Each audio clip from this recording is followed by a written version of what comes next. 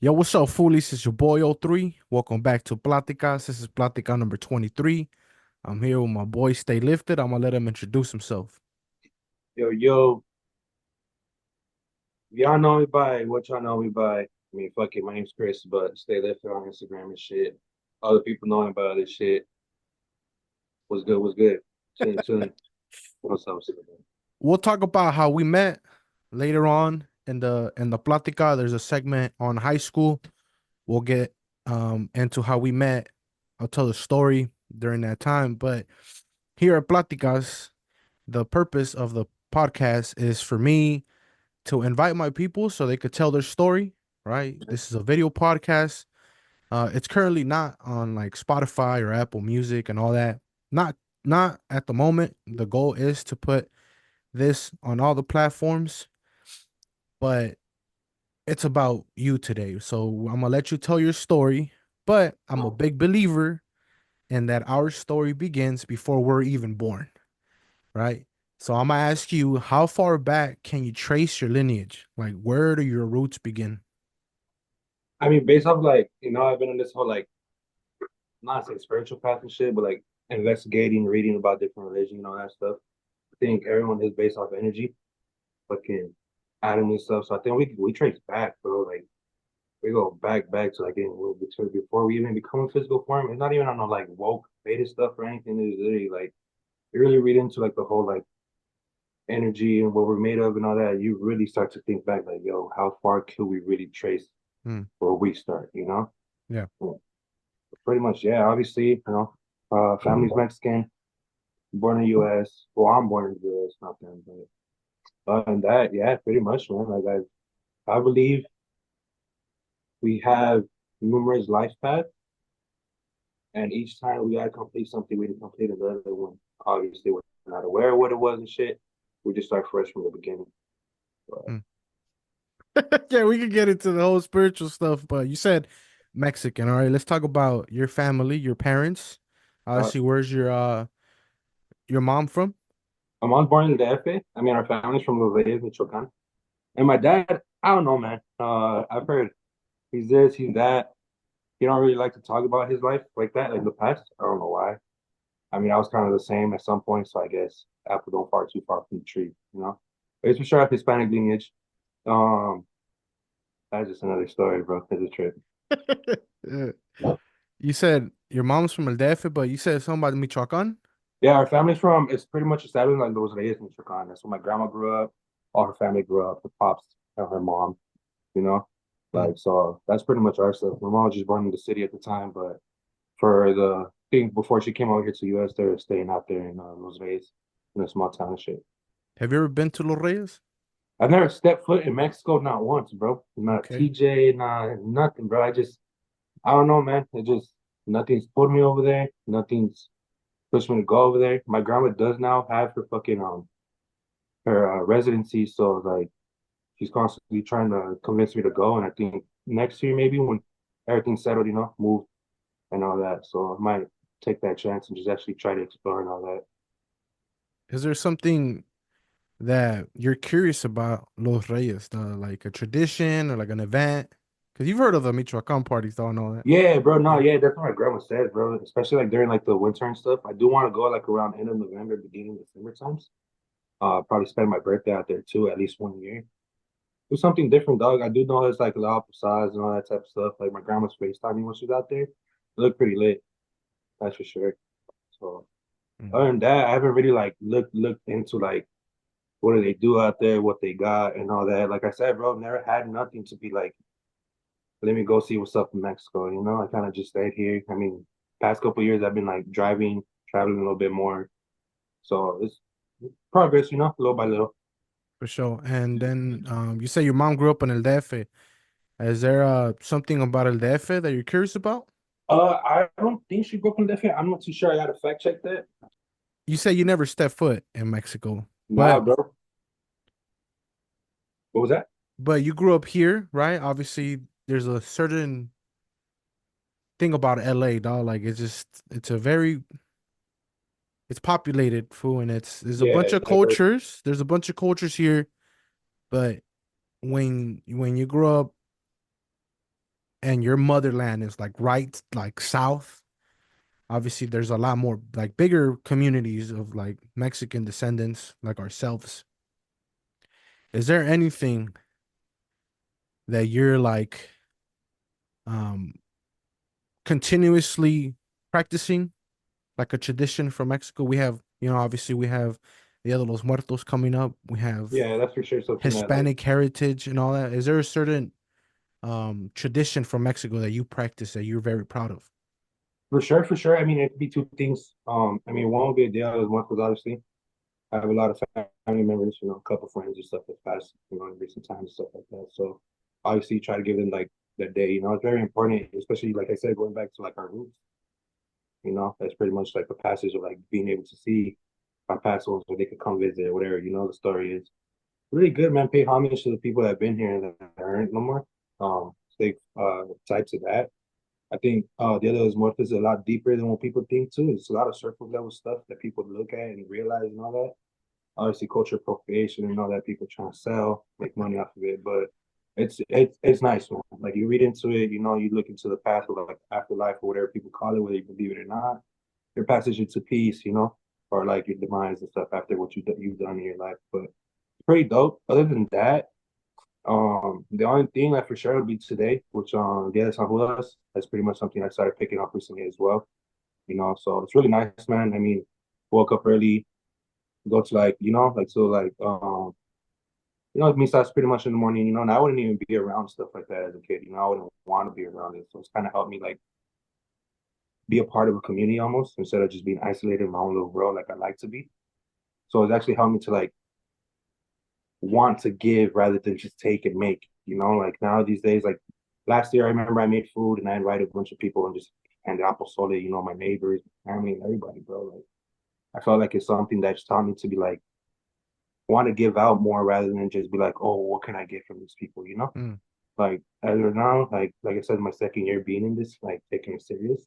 I like it, man. I like it. I feel like some people believe it, some people don't, but it feels like it's helping me find the purpose in what I'm trying to find. I'm not a kid no more, getting older, closer to 30s and stuff. So I gotta find that purpose, day to day, make it seem like I'm working towards something.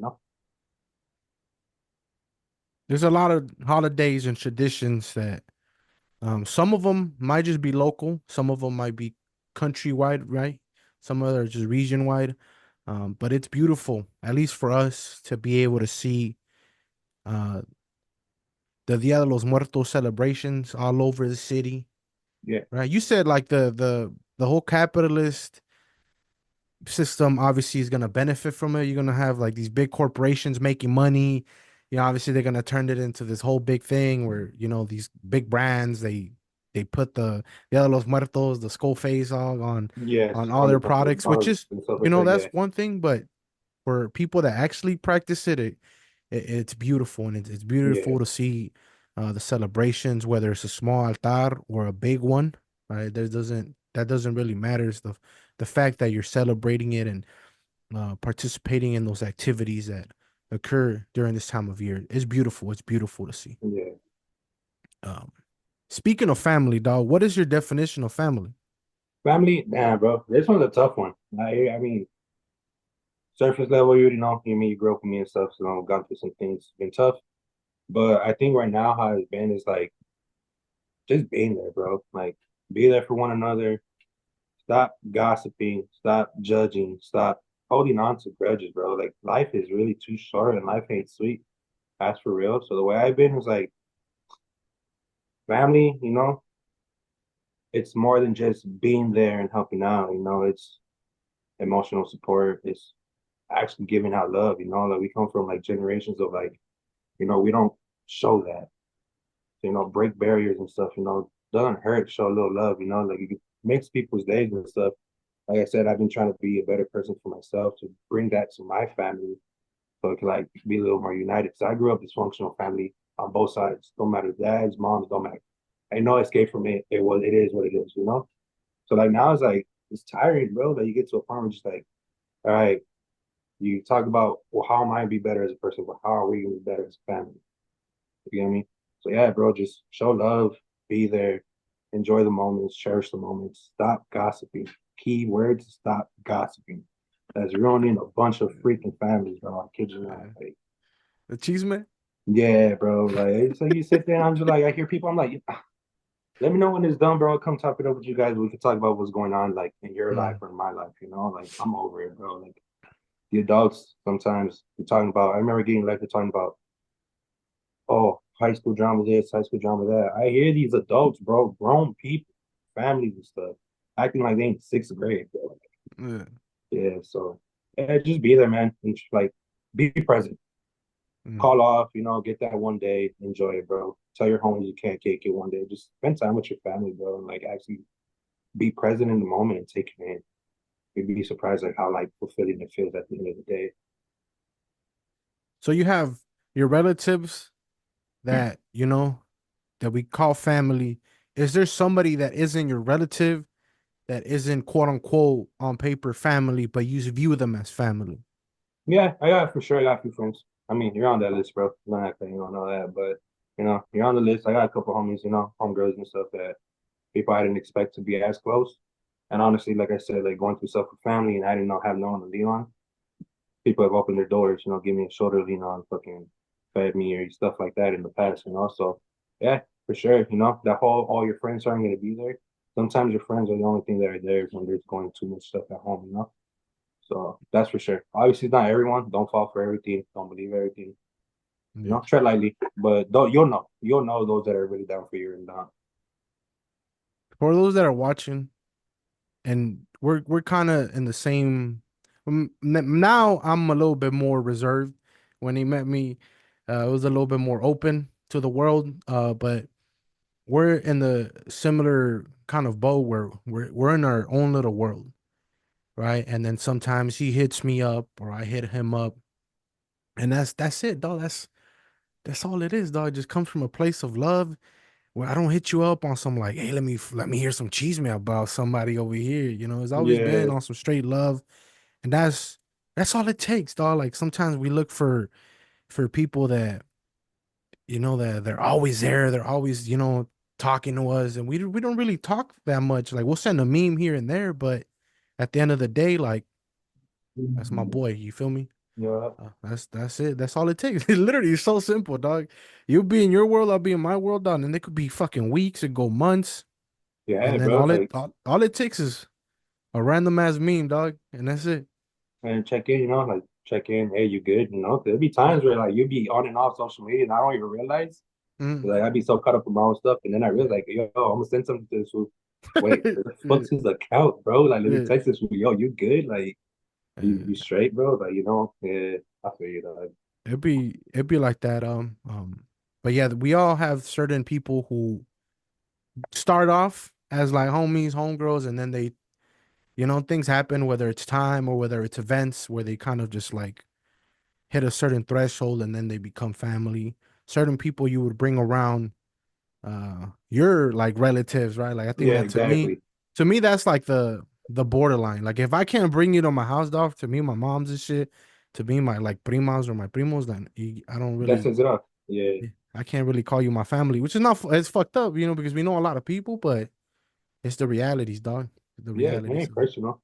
Yeah. They probably feel the same way about us or something. Like they could be like, well, we're cool, but I don't really trust her like that. So it's not personal, man. Yeah. But to Yeah, so, continue to tell your story, dog, we're gonna start from the very beginning. You said you're from LA, right? And we talk about our childhood a lot, right? When we used to kick it. Where does your story begin in LA, dog? Like the area, the setting, the environment. Take us through it. well, from what I remember, bro, is we lived in HP when I was a kid. Like I remember, like day back maybe two. I'm not gonna push it three to be safe, but yeah, I remember we stayed in HP this apartment. It was my mom, my stepdad at the time. I had me and my little sister, my older sister, my little sister. Everyone, bro. It was my uncles. Everyone was young, bro. Like my uncles were like fresh out of high school. My aunt was like still in high school. I remember with her quinceañera clearly, like, you know. So it was very like I liked it though, because like I learned a lot. I got put on game with a lot of stuff, music wise, clothes wise, shoes wise, all that stuff, at a young age and stuff. So I was aware. But we're talking about early 2000s, man. You know that shit. Violence everywhere, man. Like gangs everywhere. People are getting pulled over. Where I'm getting pulled over. Like uncles are getting pulled over, getting pulled out, dragged onto the sidewalks, you know. Like, but regardless, all the bad stuff going on, like at that time, it was real nice because like family was very like, you know, that's all we had, bro. That apartment, that's all we had. We didn't Mm. have, you know, my uncles didn't have kids yet. I didn't have no cousins and stuff like that. You know, we had relatives out in different towns and stuff, but that was us, you know. So it was cool. We moved a lot, you know. My parents. No, I moved to I think shortly after. You know, I was like in kindergarten. I started. It was like track something. I still remember that. I Yeah. didn't get to this day, bro. I don't get it. I still don't get track, but not to sidetrack. Yeah, we moved out to a small town called San Joaquin outside of Fresno, and that was cool. You know, that was more like I call them fancy projects, bro, because it was literally like project setup, but it's like without the project lifestyle. You know, Mm. it was just kind of like a little community. Um, Started meeting people. I remember new in school, fresh kid, kindergarten and stuff. Yeah, that was dope because that's when like kids on the like not on the block. There was no block. There was just his bike's outside right there by the little park in the middle of the whole thing. Is all meet up, just ride around, to like sun up, sun down Before the type stuff. digital age, dog. Yeah, bro, like we'll meet up at my house and stuff, or like someone else's house, play like PS2 for like 30 minutes. Mm. And be like, all right, bro, book the games, just go outside, bro. Like Yeah, it's yeah. nice out, like summer vacation and stuff like that. Let's go. It was cool, bro. Now family drama, that's all I remember growing up. Mm. Family drama, bro. Constant drama. And not being a part of it because obviously I'm a child, but them thinking I'm delusional or not really like I'm very observant as a person. I'm very analytical.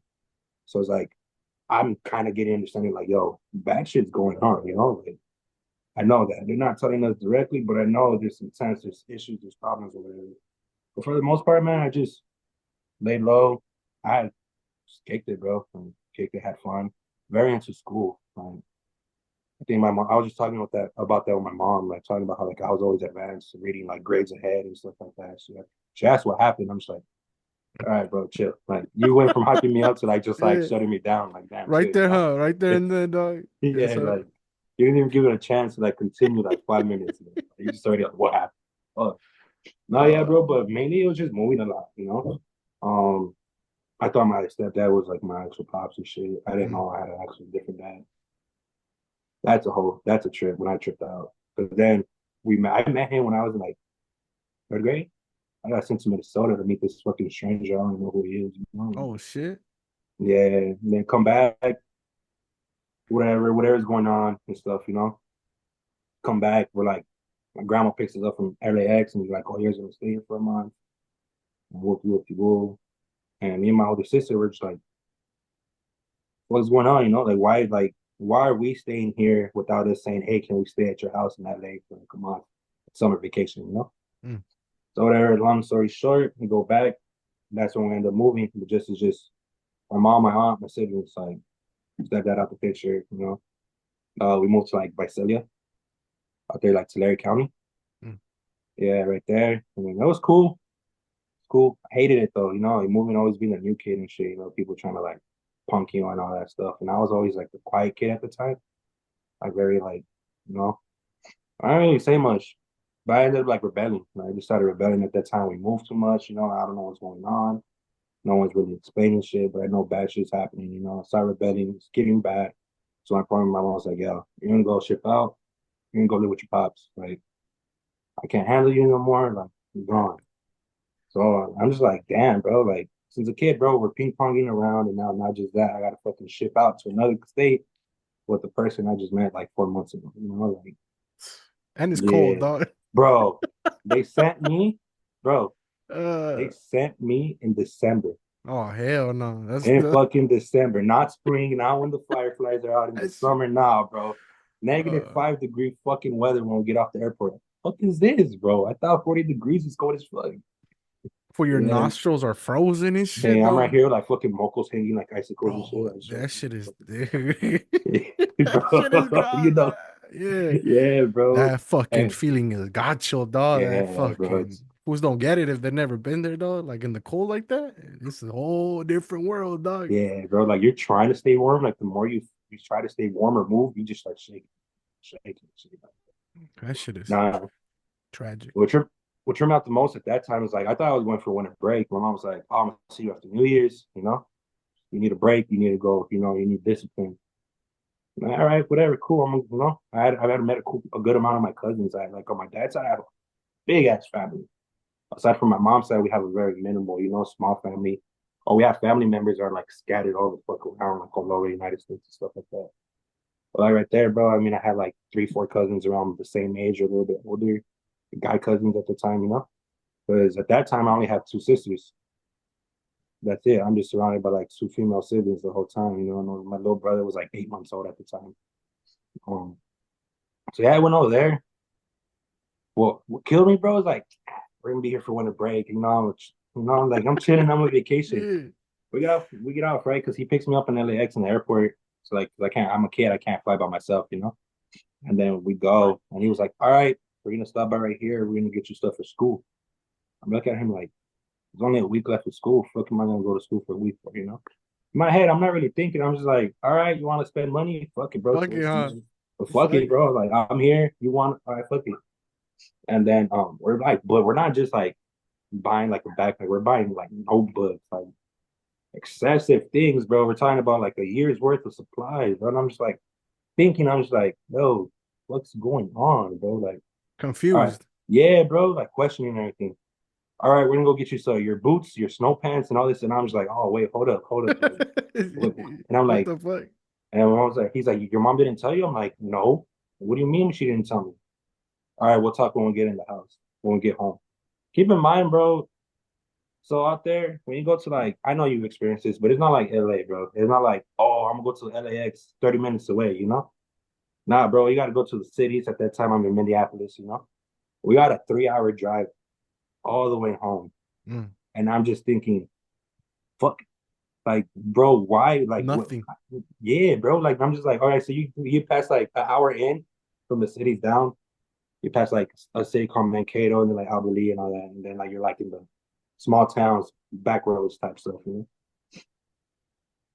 he was like, all right, look, your mom didn't talk to you. I'm like, I'm gonna tell you, you're gonna be here. I'm like, what do you mean? I'm leaving after New Year's. Like, no, you're staying here for the rest of the school year. Bro, I seen that shit. I kid you not, bro.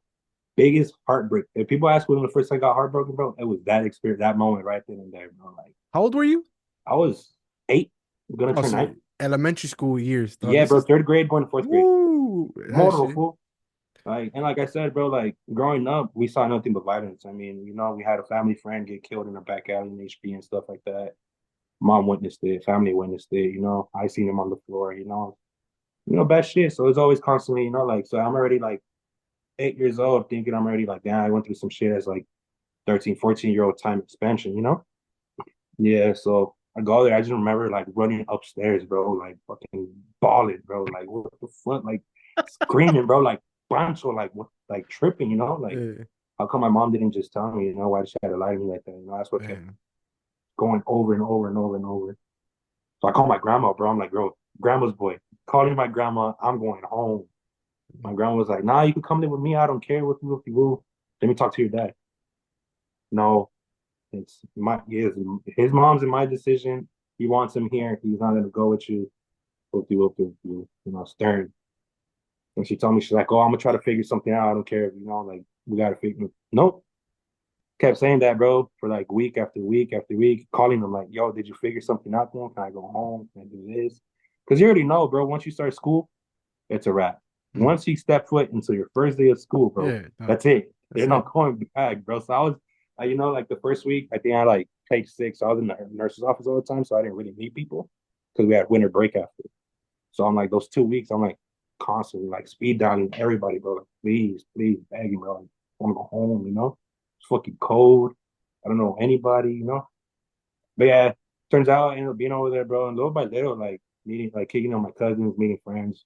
Started doing a lot of fun shit out there, like snowmobiling, sledding, Te snowball acostumbras, fights. güey. Yeah, and I was kind of like, it still hurt because like my mom would call me and she's like, yeah, all I ever wanted, bro, was like yo, my bad, it had to be like this. We just, it's the way it had to go. I didn't want you to freak out and shit like that, you know? Whatever, kid, with their emotions and shit. And then, yeah, bro, it turned out to like, I ended up liking it, you know? End of the school year, my dad was like, so are you gonna stay or you going back home? And I'm like, I don't know. At the time, my mom was going through some shit over here, you know, like family stuff. Like I said, we always had problems and stuff. So I was like, you know what, over here, like I got a shitload of cousins, literally like bike down the hill, like 2 minute bike ride away from me, you know, like my cousin Jonas, my age, and his brother Jacob, like a year and a half older. Posted up with them, bro. Like another homie, like 2 blocks down, like two, three of them that we'll just ride the bus together, bro. Like ride the bus and we'll just chop it up. So it was cool. Got into sports like football, wrestling, and shit. It's a different life, dog. Yeah, bro. It's 4 seasons for sure, bro. For sure. Way Yep. slower, dog. It's it's not LA, dog. Nah, bro. Like I hear it's so fast paced, and people forget. Like you know, like go out there, bro, and like you got to get on routine, bro. You got to be prepared for like the weather changes and all that stuff. You know, like I need to get this stuff done before it started snowing and shit like that. But for the most part, fun, bro. They thought me being over there was gonna stop me from getting into trouble. Nah, bro. I was getting like in school suspensions over there. Like fucking kids were trying to bully me, and I guess we had some shit called a bully box, Hmm. like in the hallway, so people could like anonymously write people's names, like and put it on there, and the counselor would go through it, right? Kids you not, bro, no exaggeration. In fifth grade, by the fucking second month, I was put in that shit like 56 times. And at this time, my dad's a fucking he's a counselor for like a juvenile placement detention center type shit. Oh shit. So and they know him because they'll do like you know, like fucking assemblies and stuff like that at the middle schools and high schools and all that. She's like, oh, well, you know your dad, bro. We'll just give him a call right there. And I'm just like, bro, don't fucking call him. Because he'd always tell me, like, oh, well, you know, I get permission. I can have you here for a weekend. And I'd just be like, bro, you gonna lock me up? Oh, like, what's your problem, bro? You Like, going to the juvie, dog? What's up yeah. with it, bro? You got fucking 16, 17-year-olds in here. I'm fucking 9 years old talking about you're gonna place me with them, bro. Like tripping, bro. Like, so they always had that threat over my head, bro. But it's like really like, you know, I was a little fat kid at the time. So little rich white boys, you know, they were cool, but they like to pick, bro. And the thing is, like, my uncle, you know, my Theo Eric and shit, when I was a kid, he always told me, bro, if they hit you, they lay hands on you, bro, you better hit back harder. You know, like I come back, I hear you crying, bro, because they hit you, you didn't do shit. They're like, oh, you know, like that shit, you know. Yeah. So I just defended myself out there, bro. But at that point, I was like, they couldn't handle it. So I was getting put on the bully box continuously, bro. Like, they had like two in-school suspensions in 1 year. And then my dad was like, bro, at this point, it was like the second one I got was like around May, like towards the end of the school year. And he was like, I don't know what to do with you anymore. Like, you're not getting better. You already did your weekend with my job. Like, you're not getting better. Like, I'm gonna just send you back to my mom's. Mm. So I was like, so I started just thinking like that. I'm like, all right, you guys just want to fucking send me away. Like, it's nothing cool. I'm like, all right, do what you gotta do. Fucking, huh? I already went through it Yeah, once. I'm like, bro. Like at this point, I'm going back to my mom's. You know, like Yeah. my little cousin's older. You know, because I'm very close to my one of my uncle's son, the oldest sons. He's like 2, 3 years old, younger than me, but like that was the closest I had to someone being my age growing up. You know, so we were like this. We still are to this day. He called me like, just come back, bro. Like, you know, your mom's in LA now. Like, I'll see you guys more. Like, just I'm like for sure. And I remember like my dad was just mad. So I told him 2 days later, I'm like, yo, my mom wants me to go back. You know, she's calling me. She's asking me if I'm gonna go. She's gonna buy the ticket. No, we'll tell you when I get home. But I was hyped, bro, because like my home, like my mom, my sister, my grandma, my little cousin were on the phone, like, now we want you to come back, this and that. So I was like, well, this one wants to send me away. So they want me over here. So hell yeah, bro. I'm out, bro. Like Yeah. little Moco just trying to find his place where he's wanted and shit, you know? And then fucking So you yeah, started in third grade and then you went all the way to fifth grade. yeah. So you finished elementary school over there in Minnesota. Pretty much over here. I came fresh like in middle school and shit, which is a Okay. trip too, because everyone already knew each other. And I'm just another new kid from the fucking on the block, you Yeah, know? yeah. Yeah, but yeah, bro, I just remember he was like on the corner. He's like, all right, we're gonna talk about it when we get home. I'm like, just told you. I get my head. I'm like, I told you, I've always been a little more like less naive and shit. Certain extent, obviously. But I was like, bro, I legit just told him I'm going back and he wants to talk about it. What is it to talk about, you know? So I remember being a little kid, bro, like go running up, packing all my shit, bro, just like scrambling everything, bro, putting everything together. And then I'm like putting it in the living room, like luggages, all my games, like PS2 games and all that shit. Like, and then he walks in, you know, him and his wife get off work at the same time. Um, walk in, he was like, thought we were gonna talk about it. I'm like, bro, in my head, I'm like, I'm scared of this guy, bro. This guy was, bro, this guy. Mad love for my pops now, my dad and shit, but that fool was a prick, bro. No, no, not like that. You know, if he sees this, I'm sorry, but you're an asshole. Um, he's better now, which is I'm proud of that. But yeah, bro. Now, so I was like, when he told me that, like all serious, I'm just like, you know, I like sunk into my fucking shit out my heart and shit. Like by intro, bro. Like my mom wants me back, bro. I'm gonna go back. Fuck it. So yeah, that happened. He was butthurt. They didn't talk to me for a few months after that, but ended up in LA. And that's when shit got trippy, bro. Cause like I'm used to white people shit, bro. Straight up, like not to be like that. I'm used to suburban white people shit, bro. Like they call it some shit like town day, like traditional town days where they have like car shows on Main Street. And it's not like Main Street in the hood or anything. We're talking about like the main street The on a, only you big know what it street? means, you Yeah, know, like yeah, small ass towns, like, yeah. oh yeah, we're going to downtown. Yeah, it's not downtown, bro. It's one block. Yeah, it's the But one block, between but all the one, shops are on there, dog. yeah, bro, like the market, the gas station, the mechanic, everything's on there, bro. Like, so I'm just like, you know, I'm like, I'm used to that, bro. And I come back and I'm like, you know, I'm like, fuck. I always, even like when I was a kid in kindergarten and shit, because when we moved out to like out there, like Fresno County, we didn't wear uniform. We didn't need to wear uniform, and I didn't have to do that in Minnesota either. Hmm. So I remember hating the fucking The navy white, blue with white, bro. I the just white fucking polo. felt like it was a prison fucking thing, bro. Like it just feels like, damn, bro, this feels like a fucking institution, bro. Like, I mean, obviously, you know, we're out there, dickies and shit, whatever, sock checking and shit before it was Yeah, a thing, but. Nah, bro, that shit came back and like everyone was like all knowing each other from like San Pedro or like fucking 22nd and all these other elementaries. And they're like, where you come from? I'm like, I come from Minnesota, bro. Like, I didn't even yeah. go to school out here, dog. That shit was a trip. What Yeah. middle school you go to? John Adams? Okay, you're a Jams kid. Yeah, right there, bro. John Adams. Wow, bro, that shit was cool. You know, I'd walk to school. I mean, I was already used to taking the bus to school, you know, like, having a bike to the bus stop and then going over there. But it's pretty cool, bro. Like, school's all right. I don't know, bro. Like, but I already had that taste of trouble as a kid, so I was like, we're like progressing, like progressively getting worse as we go, you know. And I still had the resentment towards my mom. Like, bro, you didn't have the courage to even tell me, you know.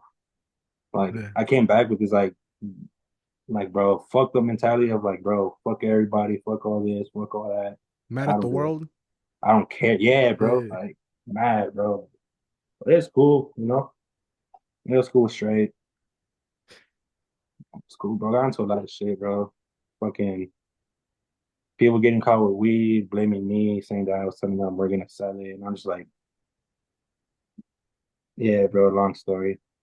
But it's a trip, bro. Middle school was cool. It flashed by, honestly. Like I was always kicking with like older people. Like so, like when I was in seventh grade, I was kicking with the eighth graders, and all the eighth graders left. Mm. So eighth grade was kind of just like odd because I mean I was kicking with older people, not to say like all mature and all that, because I was still doing little kid stupid shit. But it's like that's just the way I said pasaba and like bro, there's stuff like you know how like when the freshmen got there after I already had moved up to 10th and you were a senior, Yeah. that type like fools are Yeah. sticking food on the ceiling and shit like that. I'm just Yeah. like, what you gain out of that, bro? Like, you Yeah. know, like I don't know, it was cool. Um, I still remember because like school, bro, like I said, I was always advanced, reading above my level, like acing tests, like all these state tests. I'm getting medals, certificates for all this shit left and right, bro, constantly. You know, I like school. Then middle school kind of like that's where it starts like, you know, starts going down, life starts lifing and shit. Put me in I remember after leaving sixth grade, they wanted to put me in the magnet program and told me begging my mom, like, nah, bro, fuck that. I don't get part of that, you know, like it's good for you. I'm like, nah, bro, like they get made fun of and all this other shit, you know, like I'm good. Go there. So eighth grade comes, my mom's like, well, you're not gonna go to Santee. You're not definitely not going there. I'm like, you're gonna go to the school with your sister, and I'm just like, bro, like I'm not used to because like you said track, you know. So I never really went to school with my older sister. And Yeah. not nothing against her, it's just weird, you know. Like, is she gonna be trying to watch me? Is she gonna be like, you know, like when I'm trying to talk to a girl, and she comes in like, oh, who the fuck is this? I don't know, bro. Like, cause we weren't really close like that growing up, so it's kind of like it could be one or the other, good or bad, you know. And I'm like, nah, I don't even want to go to that school. Why do I want to go to a performing arts school? Like I'm gonna be dancing in there. Like, fuck you want me? I'm like, I'm telling you, like, you want me to be breakdancing for to as my presentation? What do you want me to do? Like, I'm like, I like math, you know? Like, I'm not gonna go to perform. She's like, all right, look, culminate from middle school, get your grades up, and we'll figure out what high school you can go to. Mm. And at that time, I'm kicking it with like older fools out fixie right and shit. They used to like camp out on Fairfax and all that, you know. So I was like constantly going over there, like just to see the vibes and all that, bro. And bro, it's all fuckery. All young models getting into pendejadas and shit. So I'm like, I want to go to Fairfax High, bro. I need to go to Fairfax High. But yeah, bro, it turns out like that didn't even motivate me to get my grades up or anything. Mm. I fucking didn't even go to the last week of combination, like last week of eighth grade. I remember a counselor because they were doing the rehearsals for combination. And I was in the back, and he was like, those guys in the back, like it was a big ass group that were in combination. He was like, if you guys, he's like, you guys just don't waste your time. Just don't show up to school no more. You know, like Mm. you're Damn. just getting in our way. And I was like, say less, bro. You're the assistant principal. You're telling us. I'm like, I left, bro. I Yeah. grabbed my shit. I straight walked out through like, cause you could hit the main exits on the auditorium, like some stairs, and you're already on Hill Street. You know, like you're already exiting. You're out the school. You know. Oh, I So know I look at him exactly. like, Hey, I know exactly what stairs you talking about, yeah, dog. you know. And then, bro, when he said that, I was like, oh, say less. And everyone was just like, you know, and you just, as I'm walking to my mom's house, I live a block away from this school, bro. Burnt out. Everyone knows where I live. Yeah. Fucking, you just hear like the principal, on the intercom saying about if any staff is telling you guys can't go to, like, not to come to school, let me know. You guys, so you know, still got to come to school. And it's like, bro, you see kids just leaving. So like the whole last week, I didn't care to come in here. I didn't care to try to beg counselors, say, hey, bro, please, I'll do summer school. Nah, bro. My mom was like, you're not like what? I'm like, that's it. Like, sign up the fucking paperwork to your bullshit school, bro. You won. Like, Damn. yeah, bro. And that was it. It was middle school, bro. I don't know. And then I'm over here thinking like, all right, maybe this school is gonna help. It's gonna help fucking get my shit on track. Nah, Hold bro. on. Before we talk about high school, dog, what was in middle school? Because middle school is a very interesting time for us fools out here in LA, right? You start getting exposed. Obviously, for you, straight culture shock, right? For me, it was, obviously I didn't go to school in South Central Middle School, but LA still LA, right? Yeah. You come back, dog. What are your interests at this point? Like you playing video games? What kind of music you listening to? What are some of your hobbies? Okay. So trip out. Like I said, bro, like I was used to straight white people shit, bro. Growing up, I hated rock. Mm. I couldn't stand rock, bro. I don't care if it was a good song, a good movie scene, anything. Take that shit off. I don't like it. Yeah. It's white people shit, you know? No racial, bro. I don't want to get flagged as like racist or anything. Nah, but No, that's how you think. That's how we no, think, fool. Yeah. but I'm just saying, you know, I'm over here just like bagging on white people and shit, Nah, you it's know? But fucking nah, bro. So it's like even my uncle, bro, he was like really like into hip hop, all these and all that shit. So he was like, he would listen around. Like, bro, just try it. Spiking his hair up and shit. And I'm just like, fuck wrong with you, bro? You guys used to wear like fucking baggy ass Dickies and Cortezes. Like, yeah. yeah. So I went over there. I got exposed to a lot of music, bro. Like, a lot of music. My dad too. He put me onto a lot of shit. Like, you know, like for bands, like classic bands, like Pantera, Anthrax, you know, all that type of stuff. You know, like Little S, like fucking even R&B and stuff. He put me onto, and it was pretty cool. You know, I came back like listening to what they're listening to on the radio, so I was open to that. I mean, I'm still listening to day to day hip hop and shit. You know, like rap and all that stuff. That's for sure on my playlist. But yeah, hobbies, bro. Like I said, I was very outdoors over there.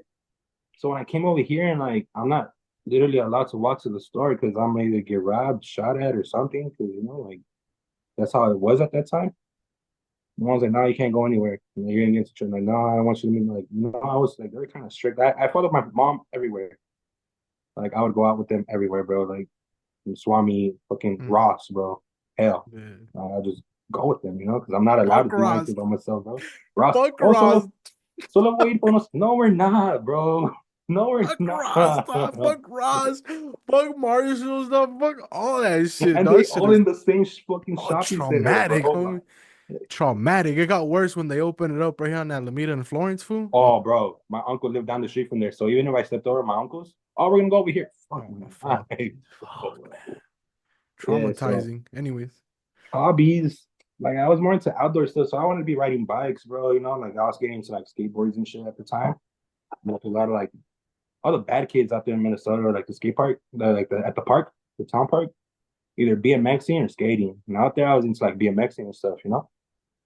Um, and then I came back, like now I can't really do shit, bro. Like if I want to use a skateboard, it has to be when we go to a park, and I'm not even allowed to get on the park because I'm gonna crack my head like I normally do as a kid, bro. Yeah. Like my great grandpa, rest in peace, used to call me Toro as a kid. Cause I was always smacking my head on something, bro. Like no cap, bro. I always had a fucking cheapo thorn on my head. Like, Yeah. yeah, but yeah, fool. That's about it. So it's like I'm coming to school, fool. I see fucking sixth grade girls macking on sixth grade girls. And I'm just kind of like, yo, like I know this is like normal when we start getting older, but we're still kids, bro. Like we're like 12 years old. Like, fuck y'all doing, bro? You know, like, You're tripping um, out, dog. Like, yeah, I'm just kind of like, just met. It's like your second week of sixth grade, bro. yeah. That you know, you got little nerds and shit. You know, in sixth grade, what I liked about it, bro, is like you had like one or two gangbangers in your class, and even then, they're fucking into stupid shit, bro. Like they aren't even that deep into the streets yet. They're just more into like day to day stupid shit in class, cracking up in the back of the room type shit, you know. But hobbies, bro, yeah, I didn't really have much, bro. I didn't have that freedom or space to be like, oh, I want to get into this, I want to get into that, you know. I just I haven't seen my family in so long. I was just always with them. I wouldn't like, oh, we're gonna go here. Okay. I'll go with my grandparents. My grandma husband like, oh, I'm gonna go get this. Okay. I stab that too. Like everybody, bro. Like Hmm. I sleep over at my uncle's a lot, my cousins, my cousins and shit, you know. Seventh grade, it got more into shit, you know, I got into like shuffling. And the sixth grade is when I like started like, all right, getting into more shit, I got into shuffling and shit, house music and all that. And that's when everything changed.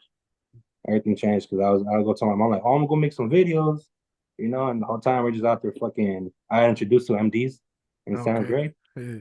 And like, you know, drinking and shit, like, you know, drinking and all that. Like, you know, Oh, it's like, what the oh, yeah, MD? bro. Like, Oh, that. Woo. we all got a story, bro. Every time I Yeah. meet someone, I'm like, I got an MD? No, what's that? Yeah. Yeah, bro. But You nah, about to remember today if you have one. Like, it's just one of those, dog. everyone MD. has that. Why did I drink that one, bro? Like, straight up. But yeah, bro, I started like being more out and about, you know, fixie riding. My sister had a fixie. Now she wouldn't use it, it would just be there. So I'm like, fucking take that shit and just ride around, bro. It's just riding around, you know?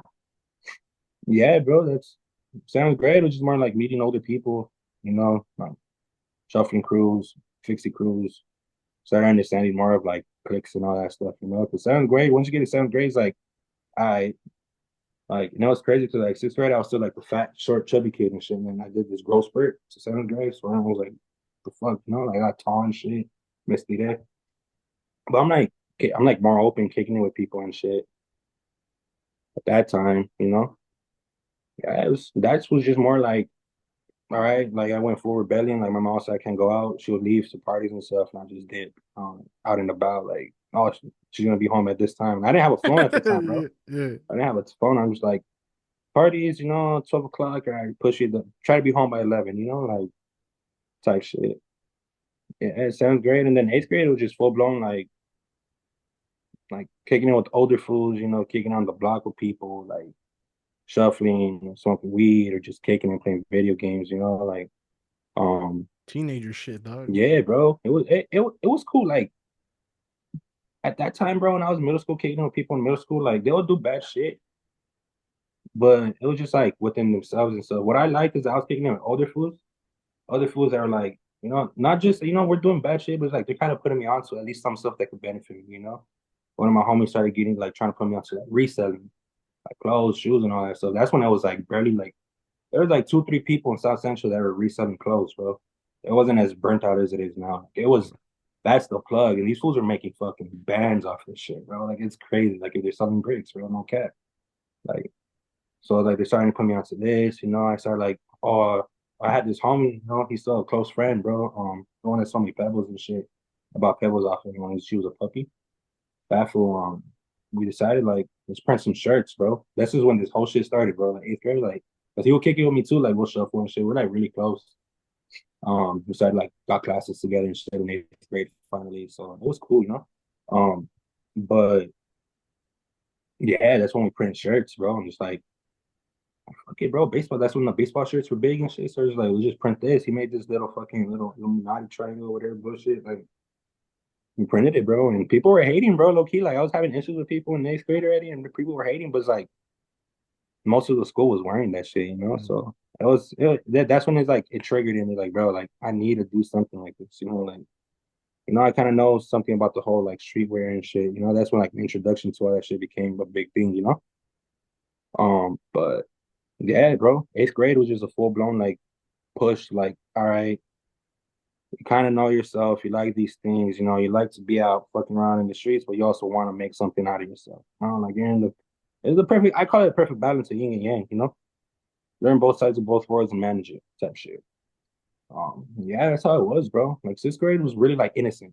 Really like I don't want to be friends with none of y'all. You know, I miss kicking it. Like I miss being in class with my cousins, bro. Like cracking up over this. We look at each other, bro. We don't even say shit, bro. Look at each other, just start Yeah. dying, kicking the floor like we just said the funniest shit ever, bro. Like, Yeah. so like I didn't really have that situation. I mean, I did have a group of homies, but like we'll just gang up on one another at different times until the Mm. other fool cried, bro. Like Yeah. four fools, bro. And it's That's like we'll make fun of one person one day, and then there's one time I got made fun of. Like, bro, it didn't make fucking sense, bro. But it doesn't. yeah, but It I doesn't think about make it, I'm sense, just like, but it's funny as fuck, dog. yeah, bro, because it's like, bro, we're all kicking it, but we're making each other cry to the point like we're fucking saying fucked up ass jokes to each other, bro. Like, this isn't normal, dog. Like, Yeah. but yeah, bro, seventh grade was just more like exploring more, like being cool with people, but started kicking it with older people. They started like, it's like, hey, let's go do this, let's go do that, because obviously they grew up, born and raised in LA, you know. And me moving a lot, you know, coming back, all these people know each other for a while, bro, like years. And I'm just over here like, oh, I'm just as though I I didn't even grow up in LA like that, bro. Like at that time. Come back, sixth grade, boom. Sixth, innocent. Seventh is more exploring. Eighth is like full blown, like, all right, getting into trouble, doing all this shit. Seeing crews, bro, tag banging crews, beefing heavy. But at that point, bro, like I was really like I was doing I remember in seventh grade they gave me art and I hated it, bro, because I always wanted to learn how to draw. Always. But I fucking suck, bro. We'll have art projects in elementary.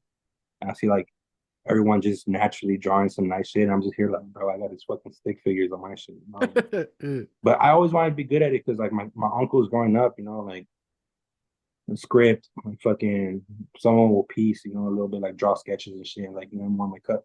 They had like clowns on lock, like payasos and shit. My uncle, he had those on lock, bro. So I'd always see them constantly like drawing and sketching. So I was The like, bro, Chicano how? ones? Yeah, Yeah. yeah, bro. I'd be mad at this. This one I'll be drawing at them no more, but you know. But yeah, bro. So I've always wanted to be good at drawing. So seventh grade, they gave me art class, and I'm just like, fuck, bro, I'm gonna stay in computers, bro. All the homies are in computers. I already know all the stupid shit we're gonna do here, you know? Yeah, Like, you want to be in computers, dog. yeah, I bro. Like, always been being computers, dog. You, especially during that time, fool. yeah, bro. World Star. That's when World Star was first coming up and stuff. Like, it was like a fucking vlog of videos that you could go and click, you know? Like, I remember yeah, something. A little older, but I remember in middle school, like seventh grade, I was in animation class, so I had a computer in front of me, but uh, like it was just you want I was in music, I was like, I don't want to be in music. Let me go to animation. Let me be in front of a computer, like because it's yeah, fun. So I get what you're saying. yeah, bro. You already know you're gonna put a bunch of stupid ass fucking screensavers and shit. People be like, bro, all right, get the fuck off, bro. Yep. So yeah, seventh grade, get into art. Again, it's cool because I'm like with the eighth graders and shit. But I missed a day, so I guess the task was to bring a portrait of someone you wanted to draw. Mm. So and I was like nah, like fuck, you know. So they were he was like, oh, if you didn't bring anything, I got some for you. Bro, before he gave me a Justin Bieber one, bro. I was hot, bro. I was like, fuck, do I want to drive this motherfucker for, bro? I was like Yeah. going off on this one, bro. Like, nah, I'm not gonna fucking do it. Oh, you're not? Okay, I'm gonna call your counselor. I'm like, fucking call him, bro. I'm not gonna draw no fucking Justin Bieber, bro. Like, you know, I was mad, bro. So they ended me fucking transferring. They that fool was like, nah, bro. All right, you acting like this, bro. I don't want you in my class type shit. Mm. So they gave me a fucking like an open extra math class. Mm. You know, pretty much like curriculum. I was like extra shit. I was like with the fucking smart kids at that time. But they're like, bro, we don't have no more electives. Everything else is full, you know. So I did that. And then eighth grade trip out, bro. We just had a free period. Because that's when they're having like people were getting pink slips and they were protesting to try to get their jobs back and stuff like that. I don't know if you remember that. Yeah, it was like I around remember that. 2011, 10, 12. And then so we just had a free period, bro, and it was like 45 of us, bro, eighth, seventh graders, just mezclados in one class, bro. Like What the fuck? just free. It That's was like a homeroom time, that's but it madre, was just a dog. free period. And then I remember like seeing him walk in, bro, and he was like, "All right, like our class is gonna open back up," and I'm just like, "I'm gonna choose the people," and he looks dead at me, bro. I'm just like, "Bro, I swear to God, if you choose me right now, bro, like." Bro, yeah, and he chose everyone. He saved me for the end, bro. He's like, all right, and you, bro, Chris, like Christian, let's go. Like, I was just like, nah, bro, fuck this shit. Like, here we go again. But this time I actually like took it serious. Like, I'm like, I tied myself, like, all right, fuck it. First time, I leave it out. Second time, like, all right, second shot, let's make it work. Started getting into like shadings and shadowing stuff. He was the one that showed me actually through the gift shop for the first time ever. And then that's it, bro. Fucking whole 180, like, life changed after that. I'm like, I want to be a fucking writer, bro. Like, I want to paint. I want to go do graffiti. I want to be running away and being learning. Like, I was inspired, bro. And that's what he used to write too. So he was like kind of like putting me on to like bubble letters and shit like that. And then that's where it spiked off, bro. So on top of that, exploring the whole thing, you have homies like tag banging, who's gang banging. Clinton and middle school were meeting up to fucking get down. Why? I Man, don't fucking know, bro. They all kicked it out. Bro, these motherfuckers lived on the same blocks and still kicked it after these rumbles. Like, I didn't get it, bro. Like, LA fucking, shit, dog.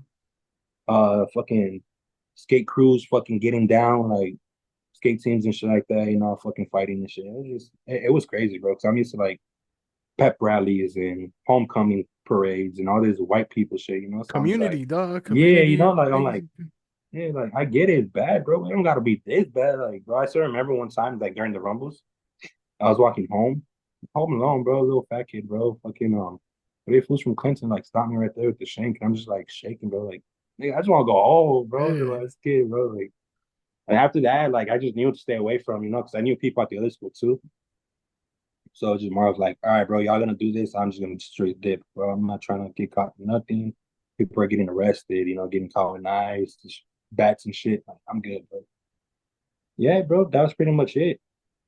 Middle school was just like exploring and being exposed to a bunch of shit. We're like, all right, that's kind of whack. Y'all doing too much to like, all right, I'm down with this. And like, lucky, I'm still gonna try to be good. Like, that was pretty much it, bro. And then when my mom was ready, she just saw the whole shit, bro. After sixth grade, she just saw the whole switch. She tried to be involved. She tried to be like, oh, I'll take you to these little like shuffling gathering events and shit. Like, fuck it, I'll drop you off and pick you up. It was picking me up, bro. I was like, buzz. The fucking homies, like the homies are nozzed out and in the backseat and she's giving everyone a ride, bro. Like, and I was like, she already knew, bro. And I They was like, know, dog. the more I keep pushing this fool to like do something, I'm a loser. That he's gonna get into worse shit. Like, fuck it.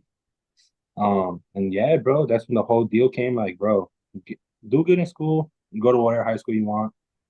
I, that, and I'm like, bro, just sign me up. I'm like, whatever I gotta do, I need to perform or dance or anything, just let me know. I'm like, just tell them I'm gonna go. And yeah, bro, that's how I ended up at fucking, LA Big Picture High School. bro, fucking CIA camp. That's what I call it, bro. Oh shit. LA uh, Big Picture High School, Film and Theater Arts Charter High School, Animal Film and Theater Arts Charter High School, whatever you know it by.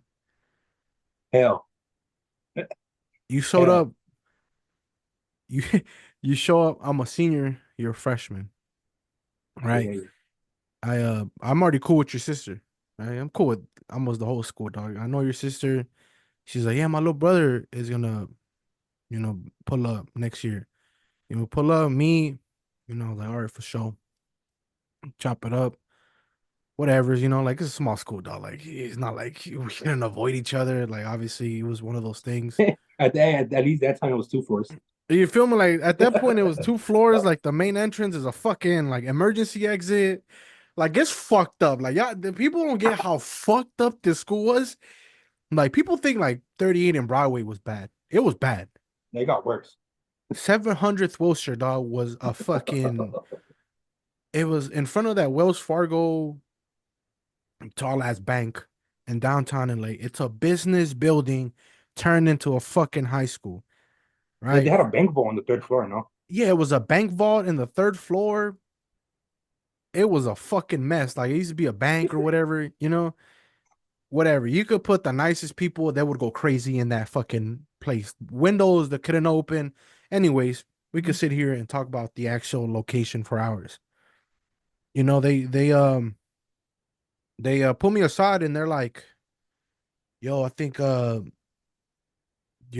Chris is gonna benefit if you talk to him, like if you take him under your wing."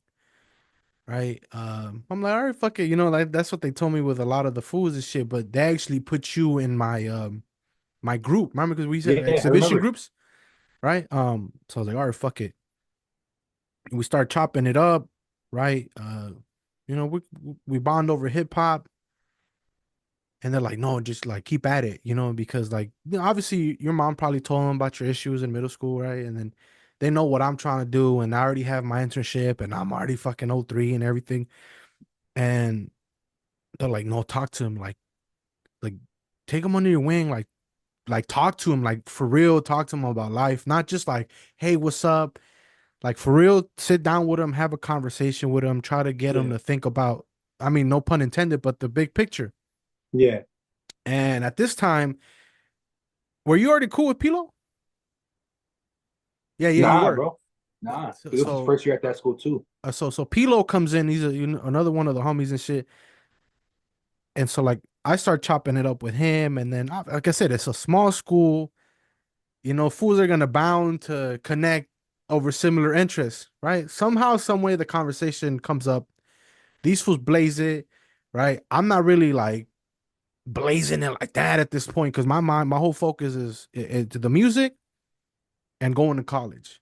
But there was a day, I forgot what day was this, but I was like, you know what, fuck it, I'm a because I was only doing it on weekends, I and remember. then I remember I was like, fuck it, let me see what's up, let me do it on a Friday. But if I'm gonna connect with these fools, I have to go and meet them where they're at, right? Obviously, like I learned that from my mentors. Obviously, they didn't smoke with me, right? I'm at this point, I'm still 17. I was like, you know what? I've always wanted my mentors to like do dumb shit with me. Obviously, I'm 17, thinking like a dumbass, right?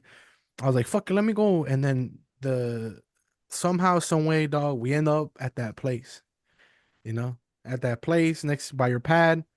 It's you, me, Pilo, dog. We sit down for a bit. There was somebody else, right, for a bit. No, it was just the three of us. I don't look. I'm not gonna mention somebody that but I think for sure it was just three of us, you, myself, and Pilo. And then Pilo takes off, and then I forgot how the fuck it happened. We're like, let's go to Yogurtland. Oh, Remember this, right? yeah. Remember that shit? We're like, let's go to I was gonna, Yogurtland because Yogurtland's on Jefferson and Figueroa. You know, one first day that we do this shit, we run into people we're not supposed to. We catch people, doing. oh, Remember that shit? We yeah. can't. We're like, it was just like a fuckery. Like Wrong we place, were wrong there. time, everywhere.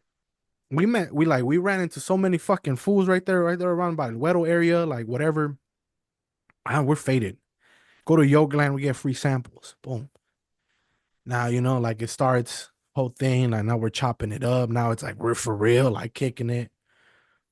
I don't know if you remember this one time for we're same routine for we get out of school, take the expo line, get off where we need to get off, go do what we gotta do, and we're just chilling. And we didn't even know that it was the BET Awards that day. Remember this day? Right there, like And Galen, no? yeah, so when we get off, it's still kind of like empty. There's a bunch of activity going on, but we go and we're there for like an hour, 2 hours. Then we start seeing people walk by dressed up, tuxedos, nice dresses and shit. We're like, what the fuck? Like, nah, let's go, fuck it, let's go see Yogaland. Boom. Before we pull up to fucking Figueroa and Jeff, dog, and there's Hunas everywhere, dog. Everywhere. We're just like, what the like, we're young and dumb, faded, like paniques. And from Yeah. that day on, like it was like that. I was almost like that every Friday. It was either with you or with Pilo. And as over time, our connection outside of school develops. But I remember in school, we used to do these. big year press projects. Well, at the time you were freshman, so yours were semester, but when you're a senior, it was a year-long project, Yeah, and they're called exhibitions. Right. At this point, my project's already on music. It's on hip hop, conscious hip hop. I have my senior thesis going on, but you decide to do your project on clothing. Remember this? And you decided to do vandals, yeah. right? Where did that whole idea come from? You kind of mentioned it that you were doing it already in eighth grade, but where did the idea for vandals come from? Was it something that you brought over from your own like mind to the project, or was it something that was created specifically for the project? So that's when I was like really like I want to write, bro. Like I have a black book. I'm over here like my mom's like, what the fuck? Like, throwing my shit away already. I'm at that point where like she's like, oh, 'cause I think my sister had situations with like a group of fools, and then when she was in freshman, and all that shit escalated when they're like in like Yeah, we're not gonna talk. no, but I'm just saying all that, and I'm just like that's what I'm saying, touching the. So my mom was like, hell no, we're not doing Yeah, I this shit remember again. this shit. Yeah. Yup. So she was like, we're not doing this shit again. Like, but it's like more like I just wanted to bomb, bro. I wanted to know how to piece up and like go out there and fucking see my shit big as fuck, So that time I'm just like sketching, thinking I'm good. When I look back, bro, I found one of my old back books from those times, bro. I damn near threw up, but no I cap, bro. remember. I remember those. I remember one of those black books. You feel me? And then and yeah, bro. So I was kind of like, well, like, what can I do, bro? Like, all right, make it direct, make it fucking a graph brand. Just call it straightforward. No Easter eggs or nothing, bro. Just vandals, bro. Like, don't be based off fools that just like to go out there and get buck and get paint, go paint. Like, no matter what. 'Cause what I've learned in the graph scene, bro, is like some fools look like straight cholos. The other fools in the suit and tie day to day. Like it's so diverse, bro. Like, so I just wanted to make brands to represent everybody as one. That's what it was. But then obviously they're like, oh no, this was trying to make a brand about this vandalism. Like, a lot of people are telling me like, nah, don't do it. You should name it this. You should name it that. And I was like, bro, vandals. Like, I like how it sounds. Like to this day, I still think about it like, oh, shit sounds fire. There's already like a couple brands or that's registered, but yeah, like it just randomly popped up. I think you were that day. You were there that day when it just randomly like, you know what, this is what it's gonna be, and fucking Well, yeah, we remember we printed them right here at the Alameda Swami. yeah. When we went, we saw them. The They're like peeling it and everything. It's like, Yeah, it was a black pro. It was a black and white pro club. I remember that shit. yeah, I still And remember. that was your final product, right, for the Yeah, presentation. and I still remember like going and there's like, well, what's authentic about this? This person drew that. This person printed this, and in my head, I'm like, bro, business management, bro. What do you mean authentic? Like, I gotta talk to these people and connect with them, and I gotta make it happen. Like, but whatever that happened, and then I don't know what happened. They just completely just, like stopped. I think after that presentation when they said it wasn't authentic and shit like that, I kind of just like, all right, plug it. I was done. I think I left it at that, didn't I? But I was Well, trying to create other shit, but it just before you working with say that people. shit, dog, I just I realized one thing, fool, is that they used to treat you fools like shit. Oh, no cap, bro. Like there was a group, a big group every year that they used to treat like shit, dog. And they used to piss me off, dog, because that only happened to me once. And I never got to maybe I don't know what it was, dog, but it was like, damn, like, they're being fucking like real tough on them, dog. I don't know what the fuck. It used to piss me the fuck off and shit. Like that's for me. That's the reason why I was like, nah, I gotta help this fool out because I know how these presentations are gonna go. Um, and that shit was, it was such a. I think about it for like this fool fucking IRL pulled up on me the other day and we talked about it for a little bit. It was like, damn, like there were some people at the school, like to me, I never had issue with anybody, dog. But I saw how a lot of these other like these adults would treat you and they would treat Pilo and they would treat a lot of you fools and shit. And I always thought it was fucked up, but um, I think that's to me, that's why I always was like, nah, I gotta like be there for these fools, though, at least a little bit, because that. that treatment was unfair and shit. And you know Yeah, what bro. I'm It's talking like, about.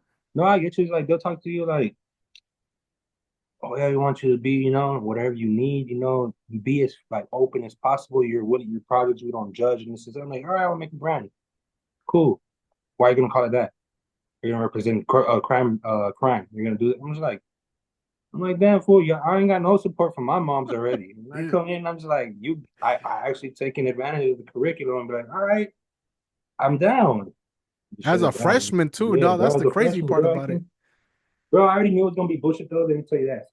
Reverse back to the first day. We're gonna get our fucking homerooms and shit like that. Our fucking advisors.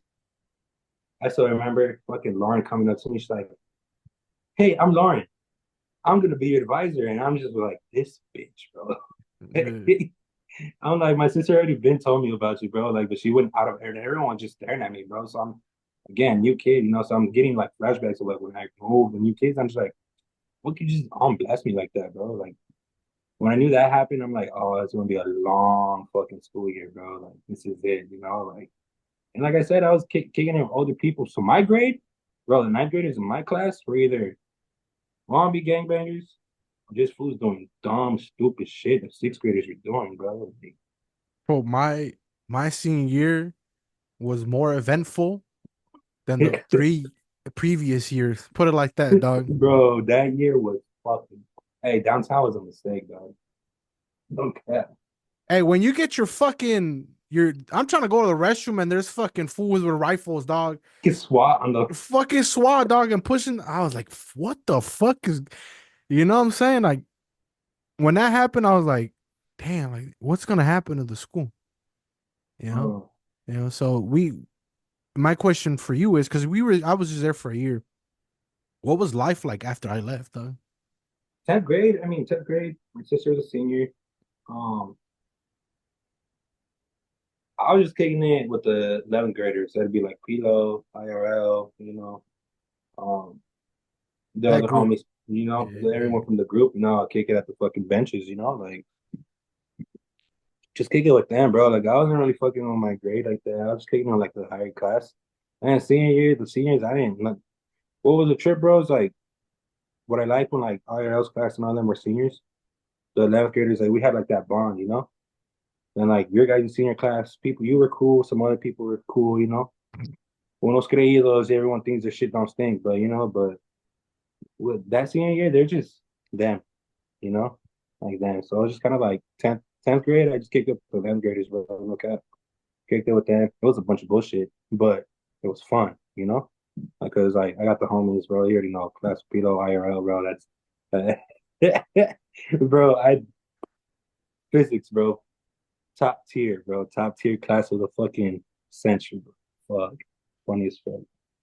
Just But Pilo by himself, dog. Like him in a class with no homies, dog. It's a funny dog. It's funny as fuck. Put him in a class with all of his homies. That fool he's a character. He's a fucking bro, special person, dog. that shit was funny, bro. And then 11th grade, and I was in 11th grade. Um, these fools were in seniors.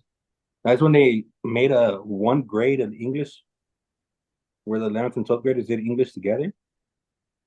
I don't know what science experiment they were trying to figure out with that shit, bro, but they know how everyone in that class is close. We're talking about you got like you got scam, bro, you got too many people in one classroom.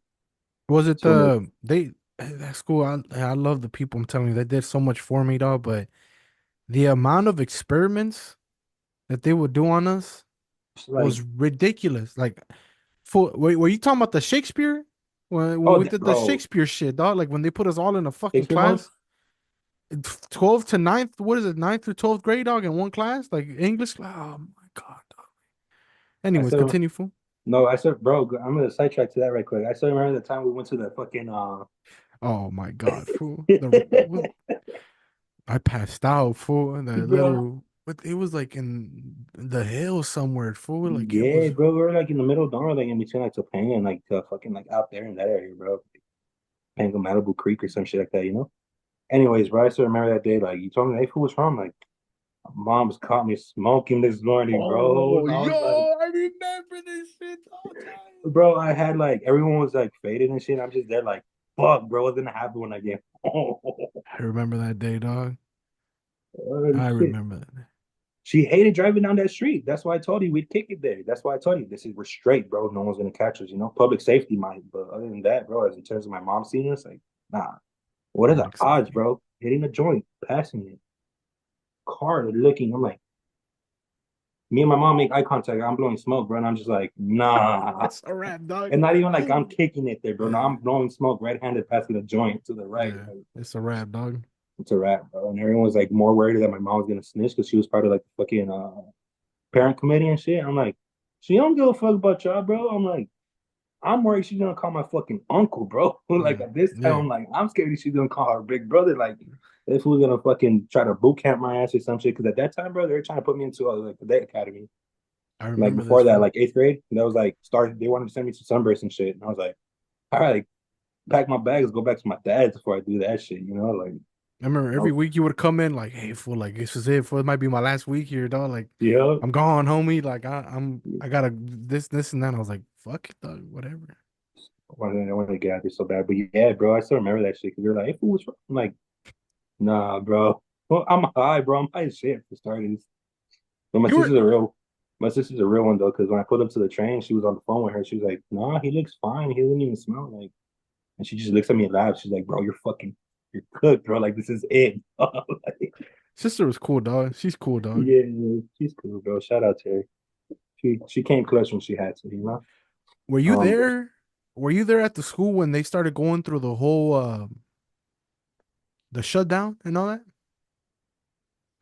When they were shutting down? the protests and all that shit. Yeah, yeah, yeah. You were a Yeah, senior, yeah, right? yeah. That was When I had to go talk to LAUSD and everything, I gave a that whole was I think that speech. was the end of my 10th grade, and then they closed it for sure in the 11th grade at the end of my 11th grade year because there was two Oh, so you didn't protests. even finish at LABP. Nah, bro, thank anything taking care of me, bro. Because bro, I'd be cooked senior year.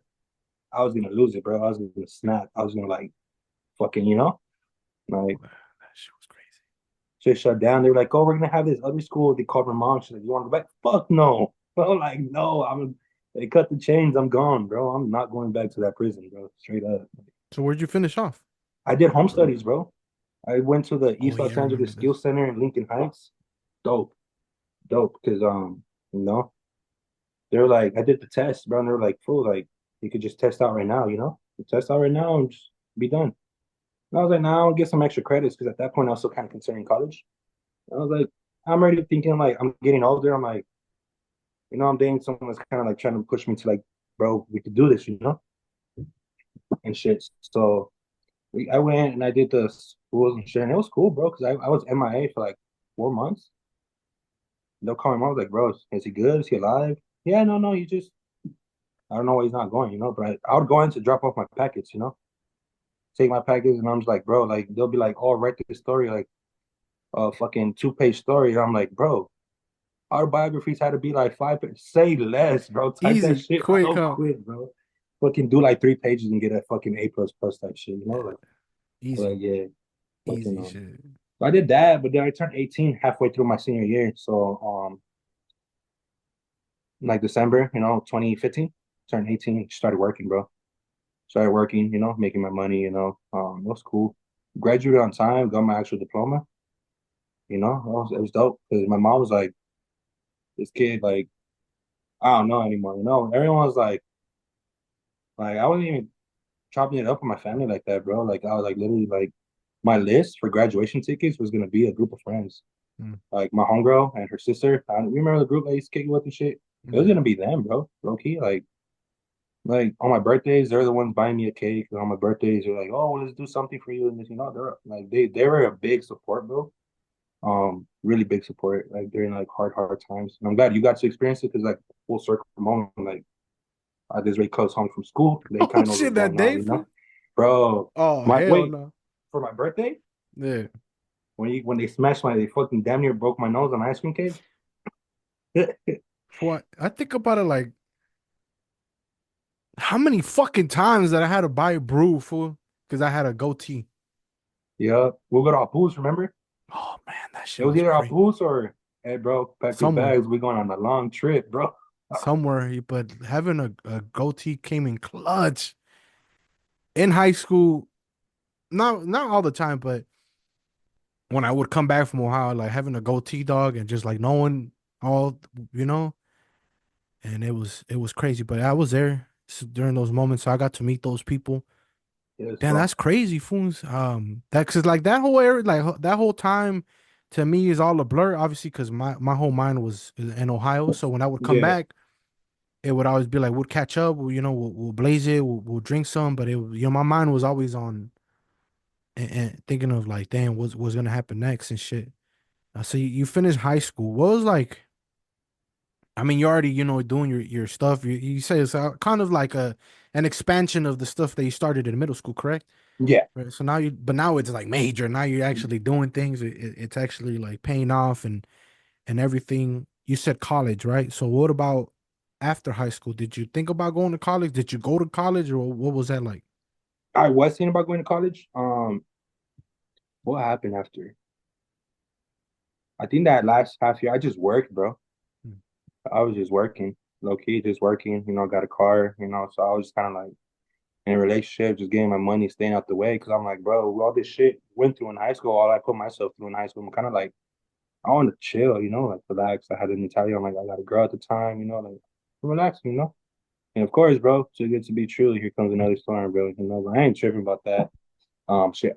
Now I see, everyone when I talk about stuff, they be like, "Damn, for you." I'm like, maybe a few years back, bro. But now when I talk about it, it's like shit has to happen the way it has to happen, and I'm glad it has because it's actually like I've lost a lot, bro. I've lost a lot. I've gained a lot, and it's like now it's like I'm like not as angry, Like I made peace with a lot of the shit. So when I talk about it, people are like, "Oh, that's fucked up." I'm like, "It's cool, bro." Like, but yeah, so it's like I don't know. College, I didn't know what I wanted to do, bro. Like straight up, I'm like I want to make clothes. I don't know if I want to like.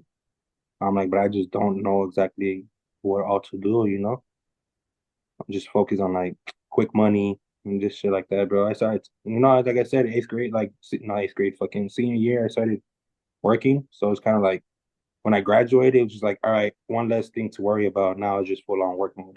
Kick it when I can and shit. Like just driving around, having fun and shit. It was cool. College to this day, will I go?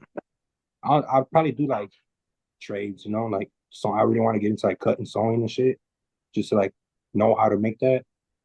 And man, I might take like an extra like Photoshop class or Adobe something. Hmm. But in terms of like school, bro, I don't know. I like a dream that I do got, bro, is I really want to become a zoologist. Like get a PhD in zoology. Fucking Really? travel, like the way it's been, bro. I'm like I've been so on my own. Like everyone, like I try to be there for everybody, and it's kind of like when I insert myself and I don't have to, shit goes bad. So I'm kind of just like, bro, I have all this time for myself. I don't got kids. I don't got a girl. Got a dog, but she could go with me. I ain't tripping. Yeah, bro, that's like one thing for sure. Like, I think I have a few more milestones to make and a few more accomplishments to do. But I think that's like end goal, like late 30s, early 40s, like get that degree and just did, bro. Finish life working with animals and shit like that. Like, sure that. So is that your dream job to work with Yeah, animals? but I don't want to do it right now. Okay. Like that's like I gotta complete shit first, bro. I think I got missions I gotta finish. Certain jobs I got to do, fucking create certain things, leave something behind for my siblings and my family. Leave them something, bro. Like straight up and down. Say pretty much fuck off, everybody. I did everything I could. Like I want to do it, bro. I do it, no cap. Like I like being around animals. I like learning about animals and all that shit, bro. So it's like, That's dope. That's interesting though. yeah, I never saw that, but like I said, that's life, dog. Shit, just different interests, different things. Yeah. I was there with the whole Vandal stuff. I was there when you were doing your artistic side. I come back, you're still doing the artistic side. What is your dream job? Or do you even have a dream to do something with your artistic side? artistic side, bro. I just want to create, bro. Like every time I make a canvas or something, someone's like try to sell it. I'm like, bro, I gotta give it away straight up. Like it's not really for money, bro. I don't want to burden myself with like the pressure of like, fuck, I need to make money. It's not succeeding because the way I see it is like, I'm gonna start thinking like, oh, I have all these clean ass pieces, but I'm not succeeding because they're not being sold, you know? Mm. I don't really want to make it like that because then it's gonna take the fun out of it, bro. Like, I feel like every time I draw some shit, every time I do something more crazier than the last time, it's kind of like a depiction of how my mind works. You know, like growing up, so to this day, like mental health and shit has been a big factor. And I've never been really like able to explain it. But every time I sketch, bro, I just probably be like, bro, you always ask like what goes on in my mind. I'm like, boom, example, you know, like here you go, you know, straight up like that point. So just kind of for me, it's an escape, bro. Like artistically, like obviously if it opens opportunities to make something, collab with people and shit, cool. But let it come naturally. I don't want to force it. You know, I don't want to be like, oh, well, come buy this, or oh, I'm gonna do this. You know, like, if it Go happens, it be a happens. vendor If it, somewhere, you know? yeah, like if it happens, it happens. If it doesn't, I had fun making shit. You know, I'm not tripping. It fulfilled the purpose I had to. I wanted. You know, it's like pretty much that's why I like it, bro. Like I always like, bro, like you know, like why do you paint? Like I don't even think about a drop of beer. I don't even think about smoking a blunt, bro. I'm out there in the night painting, bro. It's like different mentality, like whole switch, bro. Like peace, calm. You know. Yeah. Yeah, so it's trip. It's like so artistically, bro. Like I've inspired my little brothers a lot, and I think that's the job it had. You know that if there was the job to be, it'd be that. Like this was always telling me, like, damn, bro. Like you know, the youngest one is airbrushing on my mom's side. The youngest one of my dad is always here making music, doing those skits and shit. You know, like and they say like pretty much they see me work. You know, they it's a fuel for them to drive. You know, like they see me draw something like sometimes just so naturally and shit. Like I don't force it. I just go mute, just start, you know, sketching and shit, and they see that, you know, like so, like they tell me, like I've always get like my parents, my mom and my dad both tell me that, yo, they look up to you, you know, he looks up to you, you know, it's a pressure.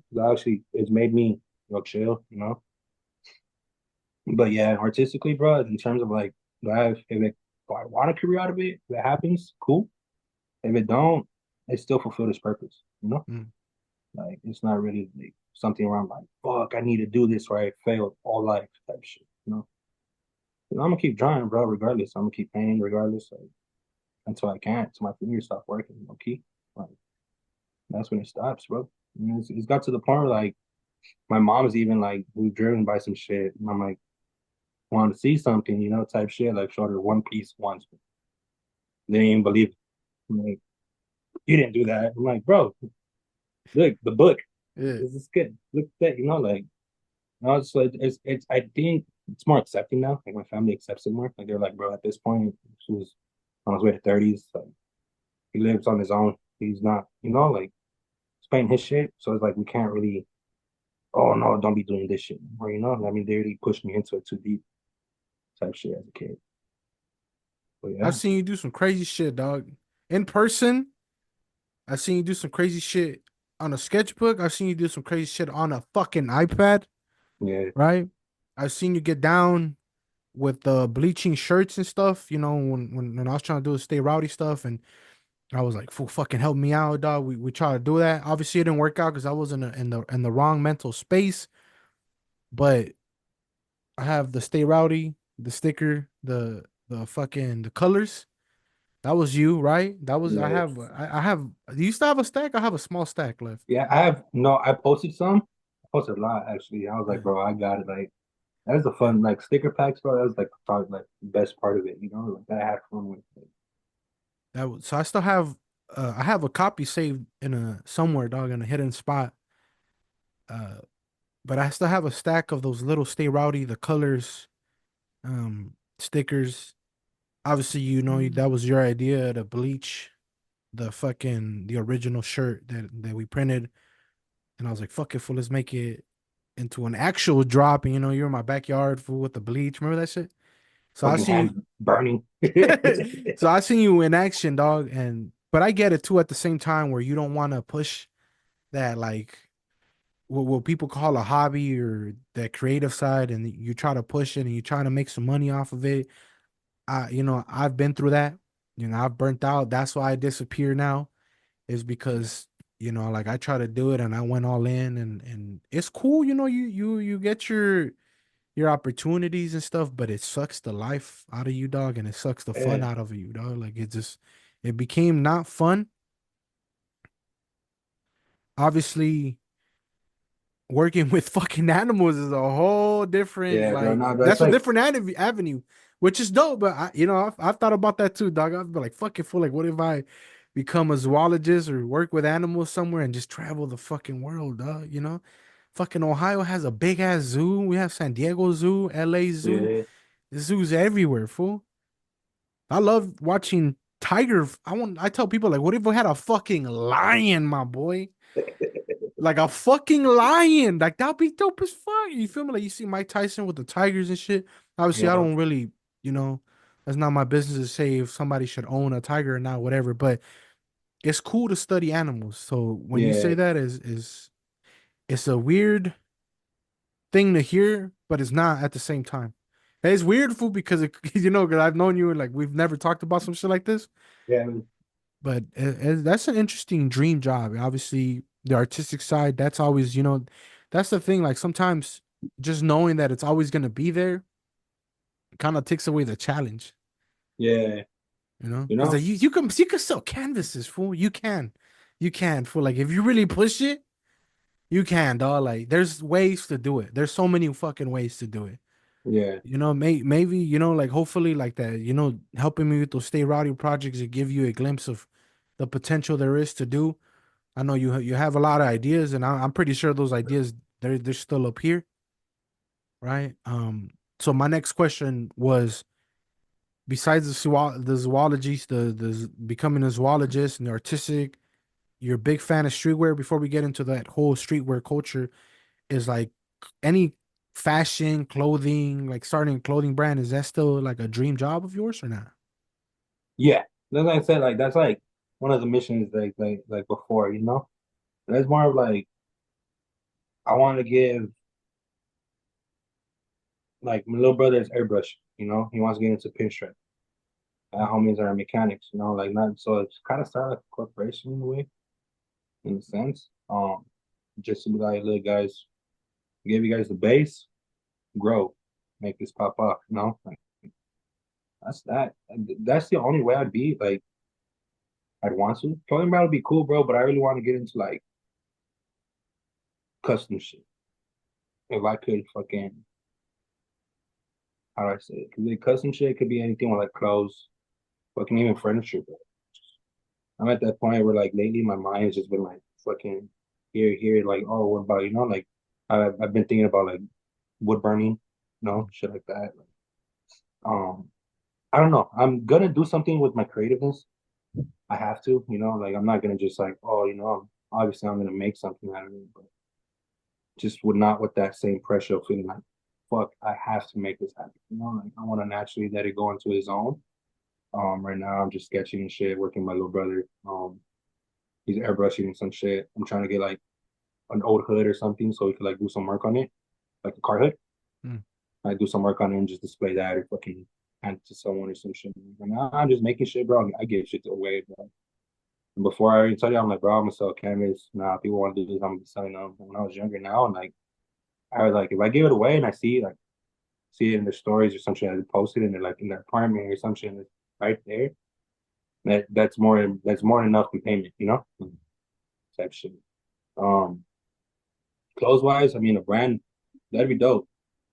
But it's like I probably do vinyl figures like with my characters, you know, Yeah. like 'cause I like I always tell like the whole Nirvana song is like fucking I'm so happy because today I saw my friends in my head type shit like that, bro.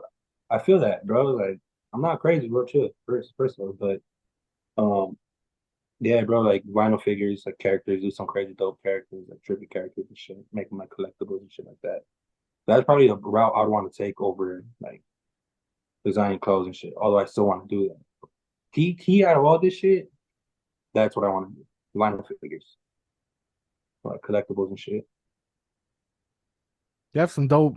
I've seen some drawings that you had in the past, dog. That shits were. I was like, yo, these characters are dope. You know what I'm saying? Like those are pretty. Cause it's not like just like random collect. You know what it reminds me of, dog? Like if you think about it, remember when NFTs were blowing up? Yeah, I was like, if this fool really like made some NFTs, like he could make a whole fucking series, dog. Like, you know yeah. what? That's just not me promoting NFTs or whatever the fuck. I'm just saying like that when that shit was blowing the fuck up, blowing the fuck off, dog, like blowing the fuck up. First person I thought of was you. For I was like these characters, like yeah, because I have the baby food, whatever. But I was like, I didn't design that shit. You know what I'm That saying? shit I hard, would. bro. It's hard, but like I would have to go through fucking hoops to try to get like multiple versions of the baby. But I was like, you know what? Like if this fucking stay lifted could put all the little characters that he showed me throughout the years and made a fucking NFTs out of, or even just like something out of it, like this could make some bank, or you could make some dope shit. Feel me? Because you Yeah, you know you know the characters I'm talking about. You've had some dope ass shit over the years, fool. And I was like, what the fuck? Like, yeah, yeah. this No, fool. it's a trip because like there was one time I had a canvas and I was at home because that's when and the room cleared up in the apartment. My mom, my grandma was like, "Do you want to rent it out? Want to have your own space?" I was like, "Bro, fuck you, I'm down." So my mom was like seeing me like draw this canvas, bro. I'm drawing one of the characters. It's the one that my little brothers didn't let me take it when I moved. They're like, "Nah, this should stay type shit." Um, I just did it, bro. I just got to work. She came out. She's like, "You done?" I'm like, "Yeah." She's like, "You're done." I'm like, "Yeah, look." And she was like, "Bro, like that one hit home, bro." Like when she was like really happy about it, like she was like, "Oh no, make me one and this and that, like these Mm, colors." I'm just like, coming from a time where screaming at me like, "What the fuck are you doing with this shit? Why are you doing this?" To like me, you wanted me to create some shit for you, you know? It was very like full circle moment. mm, Cause that I'd rather have that support, bro, than financial support type shit. That makes sense. Like I rather like people be happy with something I make for them. Like that's like I said previously, it's just that's way more than enough payment for me. Because I've gone in a way of like they didn't accept it, bro. They wouldn't accept it. Like I felt like I was getting like suppressed in a way. Like I couldn't really like express myself. I can't talk to you guys about problems. I don't want to do therapist shit. I'm tired of that shit. So it's like it's drawing, bro. That's all I got. So yeah, bro, character shit is a trip because everyone's like, "Oh, make me one, make you one," man. So I know what you're talking about. It should be pretty yeah, dope, bro. Yeah, fucking plush pillows and shit like that. that should be Like that should yeah, be I hard. guess in like the whole like streetwear aspect, bro. I really like the accessory side of it. Like making accessories and pillows, little shits like that. Like that'd be dope. I'm gonna throw you some topics, and you take it however you want, dog. You you could tell a specific story. You could talk about how you first got into it. You could talk about your perspective on it now. However you want to answer this, right? It's not a direct question. I'm gonna just throw you a topic. We've already talked about streetwear, so streetwear. Streetwear, love it, bro. Nah, it's dope. It don't gotta be expensive. For starters, whoever's like out there just because they got like fly shit and they think it's expensive, it's fly. Nah, bro. Like I've seen homies make some clean shit and then it's cheap. Not cheap material, but it's like like it's dope. It got watered down for a minute, but I feel like it's starting to pick back up, like momentum's again. Up and coming brands are starting to become a little bigger and shit like that. It did get mad expensive. People do it like, "Oh, well, I did this all in house," so which I get it. It's like $120 for a t-shirt, bro. Chill. Not even these fucking brands are already up there doing this bullshit. Like relax, bro. Like it's dope. I think it's expanding, bro. I mean, you got fucking it tired doing crazy shit with Louis Vuitton. Like you got it's like it's becoming real fucking crazy, bro. Like I think a lot of times if people are getting the opportunities they deserve, um, and it's gonna be a continuous thing, bro. That shit's not gonna die out. I feel like right now the whole baggy culture. I mean, out there in Japan, bro, it's been a thing. Like all that shit, baggy clothes and all that. Like you see them, there was always on some flat shit. Other than that, bro, like I mean, advice to people that are doing it, just do something a little different. Less is more. Mm. And by that, I mean, put something where it's like someone's looking at their shirt after they just bought it, and you're like, "Oh shit, I didn't even notice this shit on the website," or some shit like that. Like, "Oh shit, they got embroidery right here in this little cut." Like little details like that is what, at least for me, catches the attention, like the aesthetic. Um, It's fun, bro. And I mean, it's tied into graffiti, it's tied into the punk scene, it's tied into skating, it's tied into hip hop, it's tied into so much shit, bro. So I feel like if you even look around and get into it, and if you don't like you don't care about the clothes, bro, there's outlets to it. There's outlets, there's different roasts to it, they're all entwined together. You meet a lot of dope people, talented people, bro. Talented fucking people. Like just go out there and meet people in that shit, just create, bro. Like everyone thinks creating has to be on a shirt. I really don't, bro. Like you could drop some fucking counting paint some shit, break some furniture. You could do some shit, bro. Like it's dope. That's pretty much about it, bro. Remember the day we went on Fairfax? Yeah, That was my first time. I have never been there, and I never went during high school, right? I know IRL would be the first fool to tell me about this little area on Fairfax, Fairfax and Melrose. And yeah. then when you showed up in high school, you say the same thing. You're kind of getting into it. Like everybody would be like, "Oh, Fairfax and Melrose, that like the capital of the streetwear." At that time, I didn't even know what the fuck, right? I've never been one of those fools to wear graphic tees and shit. I'm all about fucking black pro gloves and Yeah. that's it. Basic shit. Like, I'm still like that. Obviously, like as time went on, the fool, the baby fool, and the Rowdy Regime logo and all that. And I was like, fuck it, for like whatever. And so we went on a research trip. I viewed it as research. You were kind of like a tour guide, and it was dope. Being on that street, we saw like all kinds of stuff. We saw like I think the first one we seen was Xavier Wolf's shop, and I Icon. think Yeah, when there yeah, was yeah. those And icon, yeah. then we went through all that. You're like, oh, this is hundreds. This is where all the Supreme stuff is at. This is the flight. We seen the shoes and all that.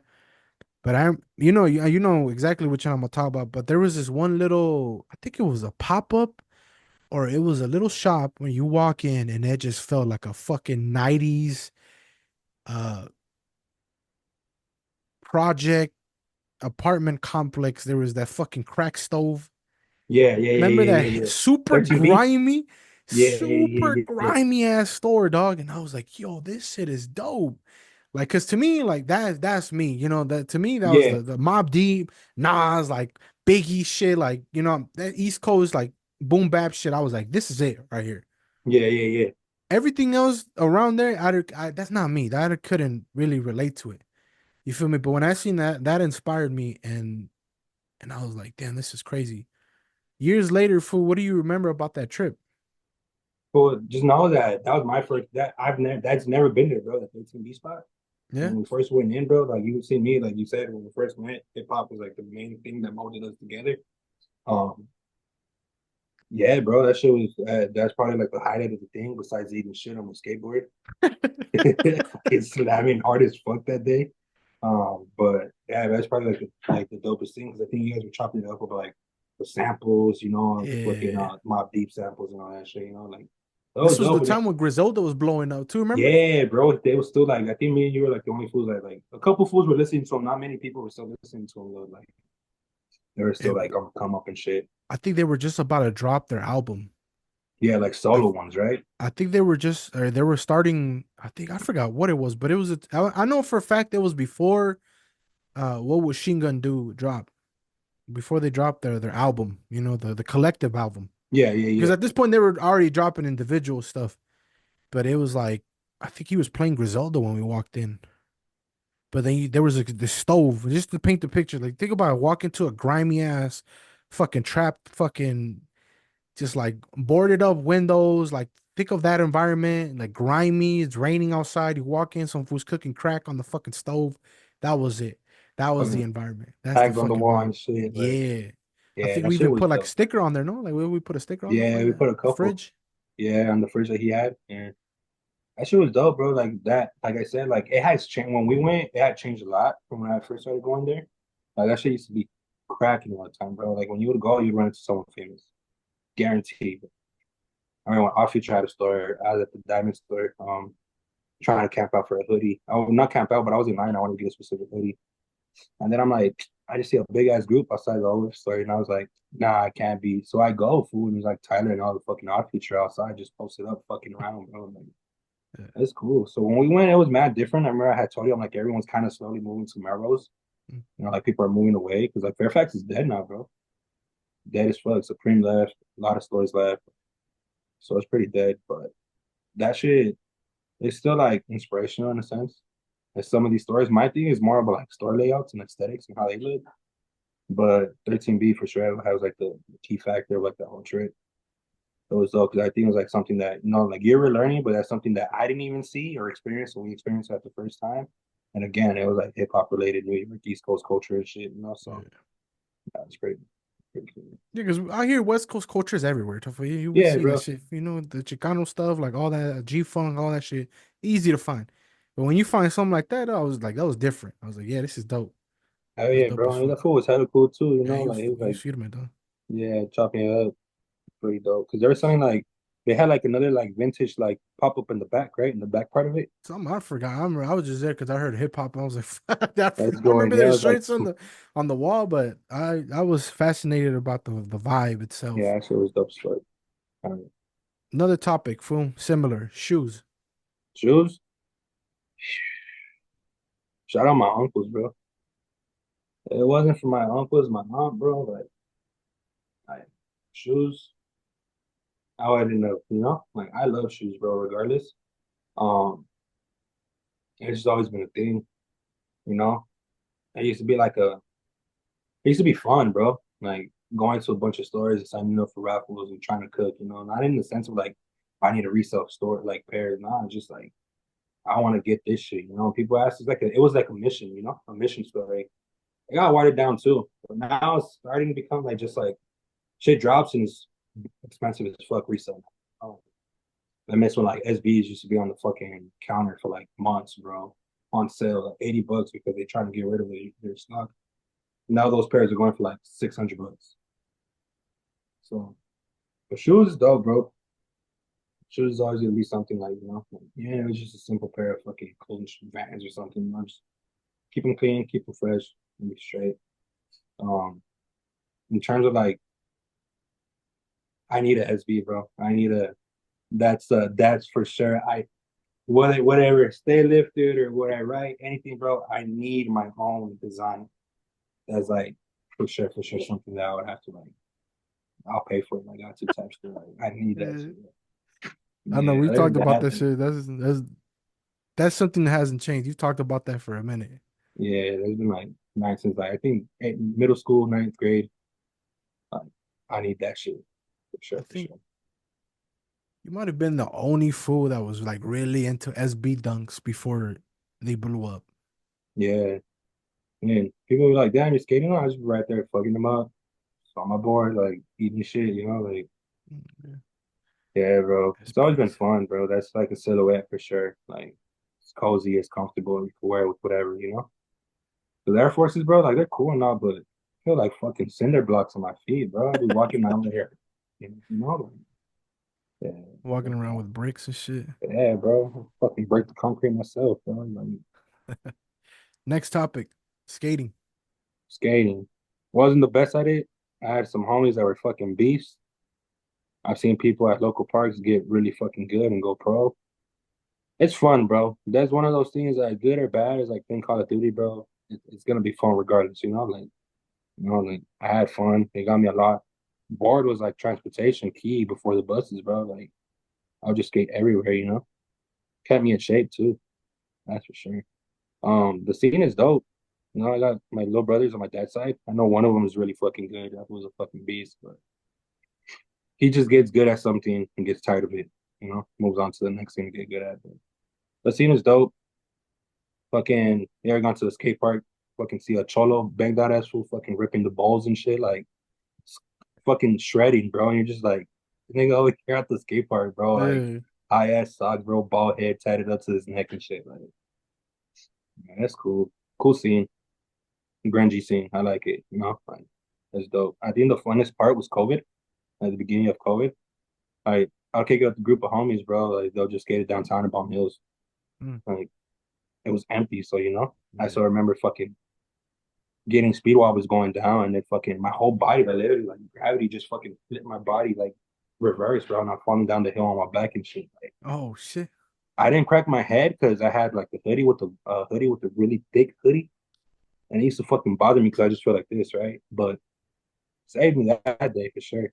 And it's funny because like I was like going down, like I get up and it's like going down, see my homie running straight into a trash can, like bro, Oh it was shit. fun, bro. Like it was stories. Philo, me and him had stories with the homie Renee and shit. So it's cool, bro. Boards, like one of those things that someone always had a board, beat up or not, like cruiser or whatever. I used to go on missions with FOIRL. Yeah. We went on a mission like all over fucking South Central trying to find peace teas at the time. Like, so yeah, it's dope, bro. And have fun with it. If you're really trying to get serious with it, obviously with anything day to day, always try to be better the next day. But yeah, it's pretty cool. Pretty fun. The next topic, your gauges. What about When the fuck did you start? Because when I met you, you already had them, fool. I've been at an inch since beginning of ninth grade. I think I've been there since, bro. Like I remember I told you I wanted to go like 1 1/8 next, but I was kind of like, yeah, I see the difference. I'm like, nah, bro, I'm gonna push it. I started in sixth grade. I remember fucking my mom taking me to get my ears. I've had my ears pierced since I was like in second grade. But it was just like diamond studs and shit. Started stretching in sixth grade, and then I had this homeroom teacher. She was like religious as fuck, like Christian as fuck. I don't know disrespect to the religious people, but so she reported me, to the. She sent me to the nurse, and I had to take like I had like my lip pierced, like snake bites and shit. My mom took me, bro. I'm not getting it behind her back. My mom signed the papers, like. Yeah. So they sent me to the nurse, and I call my mom, like, yo, like trying to make me take off my piercings, off websites and all that shit. I still remember her coming and causing a scene at the school, bro. Like, the fuck, I took my son and do all this shit. But anyway, sixth grade, I started like the end of it, and then seventh, kept stretching. Eighth grade, stretched, and by the end of eighth grade, like that summer, like my grandma paid me $300 to close them. Oh shit. Yeah, bro. And I was like, I had them, bro. I was like sad, dog. Like, I was kind of like looking at them. Like, I had them so long, where it just felt like a part of me. Yeah. I saved up the money, bro. All the money I was getting on the weekends to go out, saved it up, paid it back. I'm like, nah, bro, they're going back on. So since then, yeah, I've always had them, bro. Like I've always been to like different because at that time gauges weren't really big in my middle school, and then people slowly started stretching and everything. So I was like, fuck it. I remember when I seen gauges when I was in elementary school, and I was like, I gotta, I always thought they were cool, fool. I always thought it was cool. I've always wanted my ears pierced, So when I got them pierced in 10th grade, I would debate like, damn, fool, should I get them? Should I start stretching? Should I not? And once I started stretching, I was like, this is it, fool. This is it. I'm gonna start stretching. I just didn't know when I was gonna stop, fool. I was at 00 for A minute. 2016 to 2020. Was that like 4 years? Yeah. And then I remember it was April of fucking the pandemic. I was like, fuck it. Boom. From 00 to an inch for like a month. That was way. And then I was in an inch for a bit. And a couple months later, I was like, fuck it, fool, boom, go up. And then I would just start going up. And now I'm at 2 inches and shit. Oh, so you're at 2 inches now? Yeah, dog. Because last time I saw you were like inch and a half, no? Oh, shit. Oh, that's new for sure, for sure. Yeah. Well, at least for me, bro. Yeah, damn, that's a trip.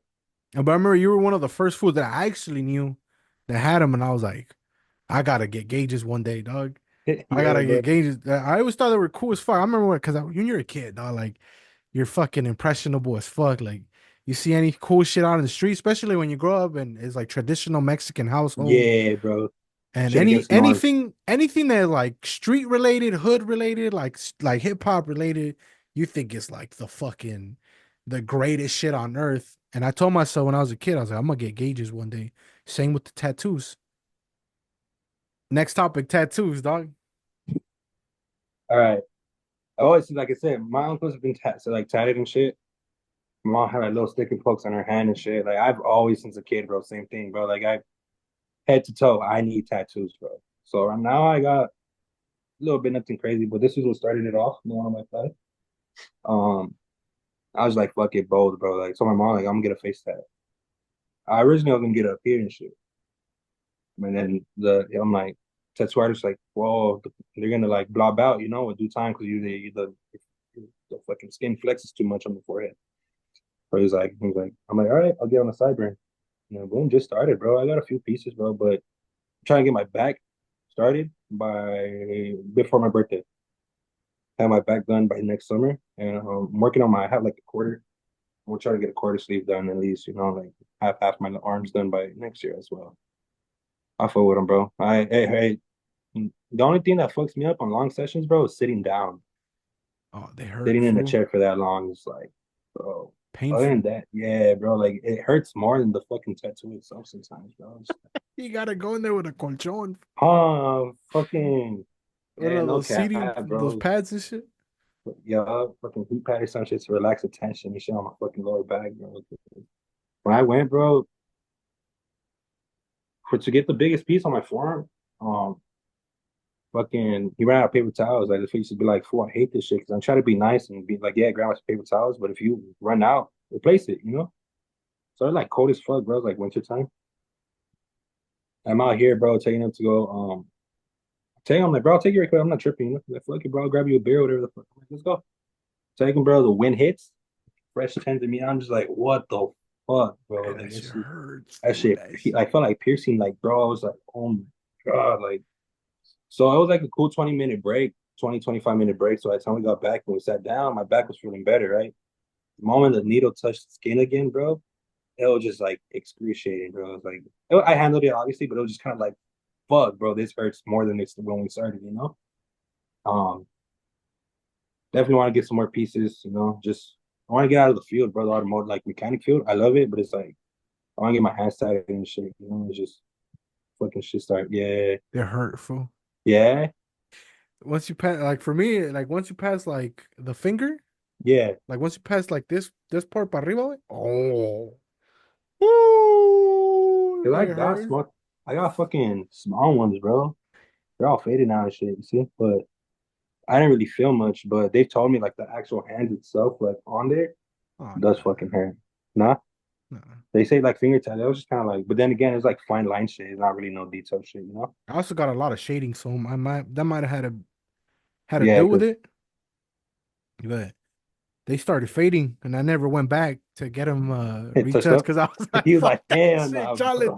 bro. Hell no. I mean, yeah, one day I'll probably do it.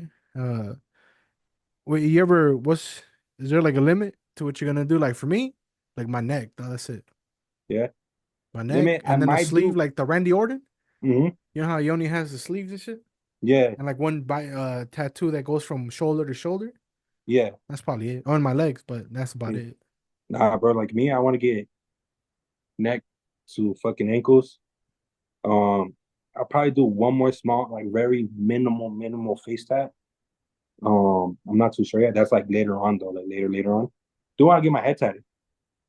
Lip, Nah, Charlie, nah. It's like painful shit just for it to fade right away. I'm good, bro. Man. head You got it? tattoo though? Nah, Huh? nah, nah, No. nah. Or like the fools that tattoo their eyes. Oh hell no, You dog. feel me? The Like, fucking the part of the fucking, eyelid and shit. yeah, bro. Like, Fuck oh, that bro. shit.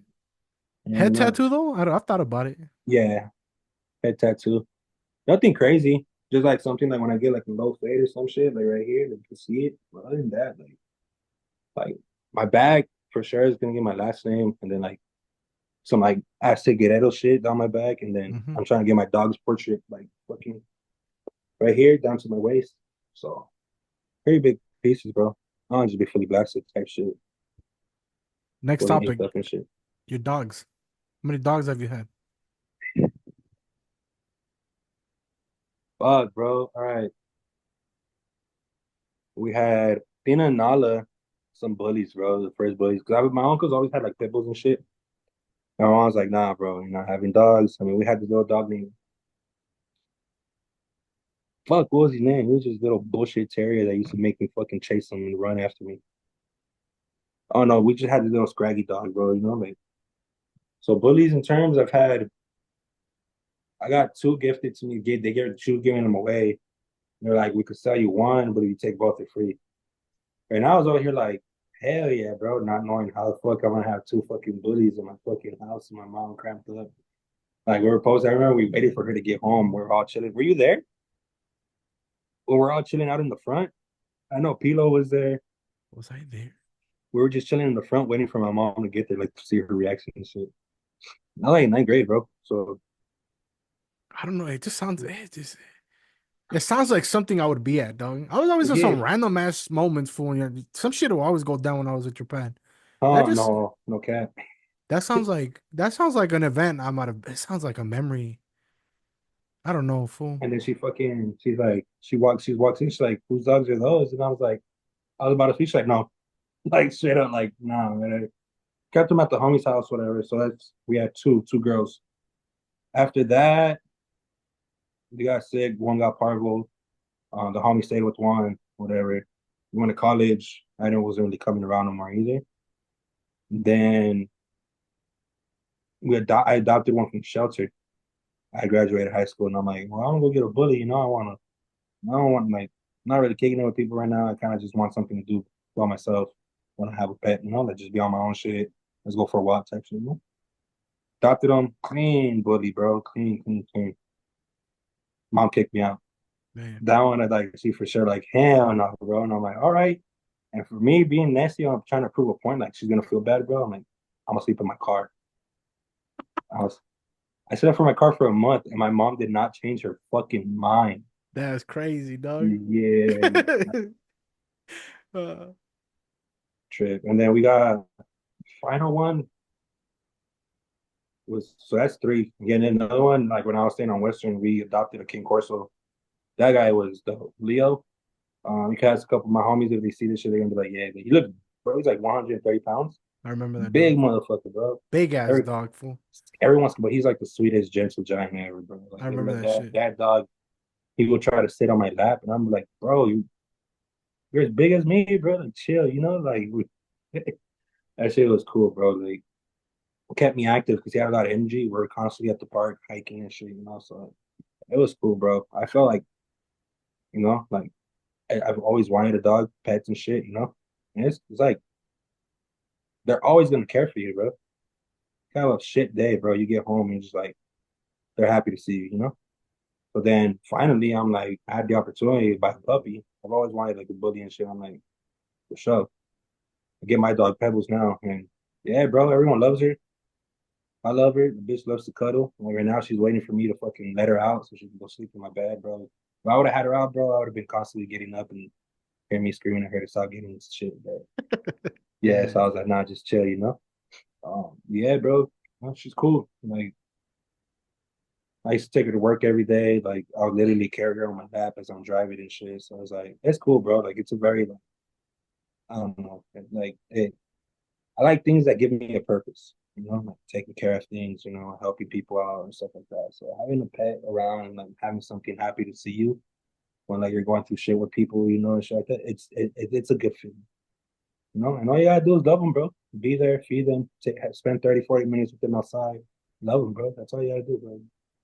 So it's cool. Dogs, I wish I could have a farm of them. I wish I could have a farm full of like up and down, just fucking dogs running up and down the fucking place and shit. Yeah, that's about it, bro. I love dogs too, dog. Um,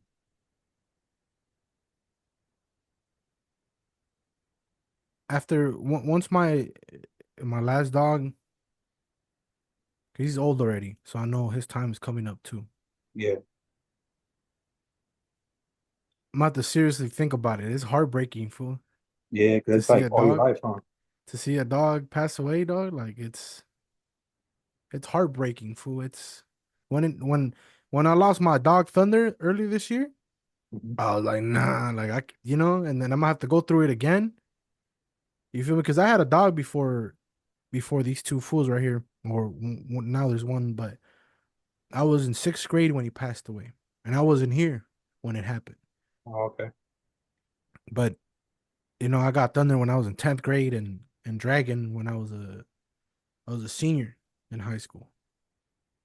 You feel me? And then these fools are huskies, fool. Like they're big. You seen them, dog? Like them motherfuckers Yeah. is huge. And to see that fool pass away, dog, like to be the one to find him, like I found him passed out, like he was Awesome. gone. It was fucked up. So I'm really considering like not having dogs for a minute after.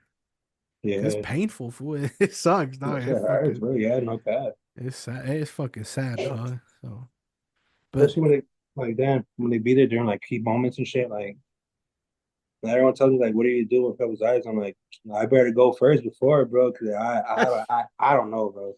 I don't know how I'll take it. You know, like they lived a long time though, fool. So yeah, nah, that's for sure. That's what I tell people like, need time for me.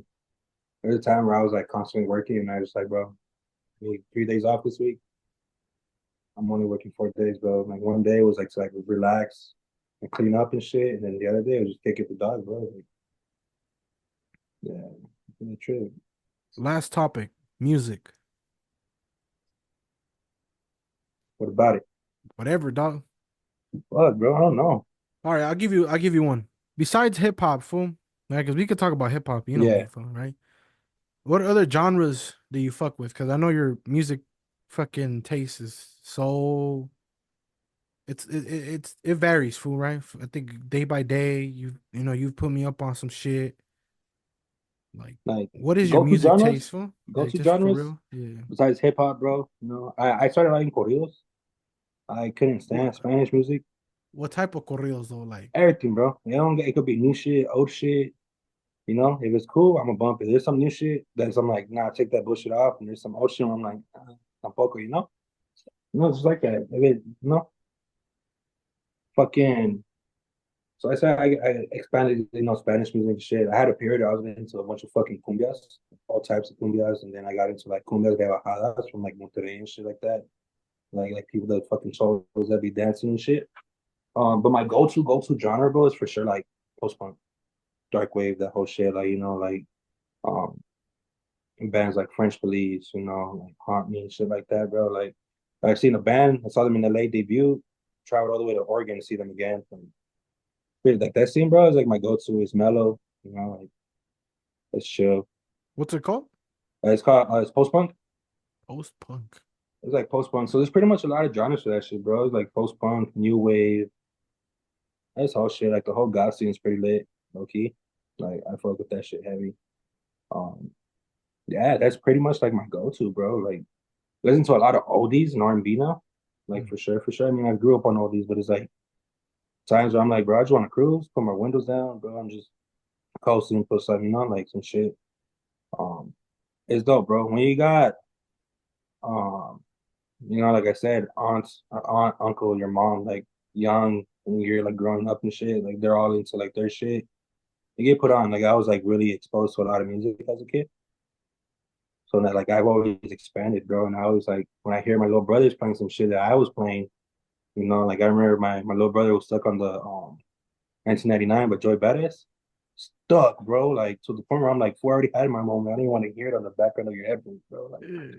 but it's just dope shit like that because like that's the shit I grew up like bumping 24/7. It's like now these fools are bumping that shit. Like I got a little brother making music, so it's like he's thinking about like beats and every time he tells me, he's like, nah, bro, your music palette is just like, like just I don't know, bro. I enjoy it. I remember I used to spend days at home just downloading music for hours, bro, like nonstop. We have this desktop at home where we have the modem, we just don't have the fucking monitor that has a lot of fucking music on it, bro. Music that got taken out of YouTube and shit. I need that shit, like I remember that shit, dog. This is like, were you grabbing the YouTube MP3 files and shit? yo, Yup. There was a period of time after like LimeWire died out and then FrostWire came in, and then all those websites started dying out, and then YouTube right before they got bought out by Google, mm-hmm, or like maybe right at the beginning. That's what everybody would do, fool. They would go on YouTube and they would just YouTube to MP3, YouTube to yeah, MP3. Hours there's just getting the link and copy and pasting and not knowing if it was gonna work. There was always that 1 5% chance that it wasn't gonna work. You fucking feel download a me? bunch of corrupt data. Yeah, a bunch of correct, so some shit like you like it would say 0 MB downloading or some shit, and you'd be like, Yeah, "Fuck, it's not gonna work." And then I need this song for my bus ride, bro. yeah, I need that shit for my MP3, dog. Like not even Yeah, bro. fuck a iPhone. What is it called? iPods, like Yeah, MP3s and shit. Like we had MP3s. Yeah, I need this shit for my MP3s, dog. That's okay. yeah. Your music taste it's a lot different than mine. I know if you show me some shit, I'm gonna be like, I don't know if I could listen to this shit. It's No, hard though, you know, it's dope. You feel me? Like I know you've also shown me some house music, you know, cause I really fuck with house too, but you've shown me some shit where I'm like, yo, this shit is hard, dog. Like yeah. this shit is dope as fuck. I got into house when I was in college. When I came back, I remember one time I was playing some shit. You're like, oh, you like this shit? And I was like, yeah, I know all the white boys out there love this shit. So I started fucking with it too. You feel me? Like Chami and fucking Oh yeah, that's when Chami Milan and them they were like holding it down for a bit, bro. Like, yeah, that shit with that era, dog. There was a Flume. Remember Flume was remember you know who Flume is? I got to see Flume once, bro, without even knowing that I was seeing them, bro. Oh, so then Flume was big. I mean, obviously you Yeah, have Dead Mouse and all them fools now. I think it was in college when Skrillex was blowing. I never really got into Skrillex like that. But like that, like techno EDM, like house electronic yeah, music. When you show me some shit, I'm like, yeah, this fool knows what he's talking about. yeah. I fuck with that shit, bro. Like honestly, like I said, I used to be like shuffling and shit, so like all that shit is cool. I just now what I'm doing is finding original samples. Mm. Like, bro, there's other time I would just like shuffle this song, like created a station off one song, and I heard it, and I'm just like, nah, this isn't it. Like it could be, but it isn't, you know? So I started like doing that shit, like correlations of like finding the song where I think it is, and like sometimes my homies be like, "Oh, you know this song?" I'm like, "Yeah." Do you know the original sample? Like, my One friends of be those like, fools and "Fuck you, shit. yeah." Yeah. Like, "Fuck you, mean, bro?" I'm like, "Yeah, bro. Look, check this out, bro." Like, I don't know, bro. But music's dope. Music's dope. Music's everywhere. You know, like that's for sure something that's like it taps in a lot. It's like my fucking creativity and shit too. You know, like that's dope. Try making music. It's cool, bro, but it's a lot of commitment to that shit. And then like working with like my brother, bro, working with that fool Carlo, Axis, fucking my little brother. He like he's so locked in when he's locked in, bro. So I'll be over here just trying to fuck around and have fun. And he'd be like, "All right, bro, for real, like let's go." And I'd be like, Yeah. "Hey," I was like, "Fuck, bro, having to fucking like talking to some shit while you're staying up all night and shit is cool." Yeah, that's just funny because like I don't think any of y'all fools have ever seen me in the studio. That's why. Like I y'all don't fools think so have either. ever seen me like outside. Like now when I'm in music mode, like I could come off as a dick fool because like I'm so locked in. It's like if you're there fucking around though, like I'll be like, hey fool, like calma lot, like you feel me? So I know Yeah, I know your brother's feeling fool. He's like nah so fool, I'll be like right chill there. dog, chill, like lock in, homie, lock in. And it's funny because like I'm so much older than that fool. I'm just right here like little ass kid, bro. I feel like a I'll little knock your kid. ass out right now. That's the fuck up, you know? I'm like acting like a fucking child, bro. Like I should be telling this for like, come on, bro. And the fool just looks at me like, he's like, all right, Yeah. dog, my bad, my bad. Yeah, It's a different setting. That's why I don't like people to be in the room when I make music. I don't like it. Cause I know how I'm when I'm locked in, I'm not like me, you know? Like I'm in yeah, you're in music mode. Yeah, I it's a feel you, bro. different it's me, fool, but it's more of like a hyper focus, like I'm in flow and I don't want cause like I'm the type of fool that get easily distracted. You know, you Yeah, know no, me, I dog. feel you. Yeah, Like I feel so you. like I'm not like being a dick because I want to be a dick. It's more of like I know that like if you fool start talking about some dumb shit, I'm gonna stop writing and I'm gonna jump in that conversation and just lose my fucking. And then And then lose I'll try to go positivity and back. shit. Yeah, I'll try to go back. I'm like, fuck, like I lost my shit, dog. So it's like I gotta be hard on myself, but I also gotta let it be known for everybody that nah, fool, like calma la shit. So Yeah, it's like a discipline. It's a discipline yeah, situation. I mean, that shit's funny. well, that's good though. You know, like that's like if someone's trying to talk to me like mid piece in the middle of the night, like, shut Oh, the fuck up. You're gonna burn me out, bro. you're Get fucking my it? concentration up. Yeah, bro. Like, yeah, Oh so I get you. You know, yeah, I create sometimes. Like that's why, like when I like sketch and draw, it's always I'm alone. My roommate ain't here. Or it's like late around this time, bro. I'll be like I'll turn the main light off, put all the minimal lights on, play that background music noise, and just start fucking be up to like 3, 4 in the morning, bro. Just fucking creating going some in. shit. Yeah, Yeah, just going in. because yeah, bro. Like I said, each thing to create has got to be better than the next. So it's like pushing Mhm. myself for that barrier. So I get you. Yeah, but that whole like it's hard because I'm like literally like, well, I joke around a lot, bro. And then when my little brother, like, bro, you could even ask that for, bro. I'd be trying something. He was like, bro. And I was like, yeah, don't trip, don't trip. Well, like, overhype it and like fucking cash give out checks I can't cash and shit. And this would just be like I was like, damn, and I feel bad, because like this was actually putting a lot of work into his projects and shit. And I'm just out here just trying to fuck around, like. But yeah, this is funny, bro. I need that fool to drop more shit. I'm gonna get this phone on a Platicas soon. Uh, That fool, two fucking Rick. two final questions. What's up? What's up? A lot more reflective. Would your 8-year-old self be proud of you right now? Fuck yeah, bro. We came across a lot of dark shit. I'm here to this day. Like I could tell myself, like she got bad, bro.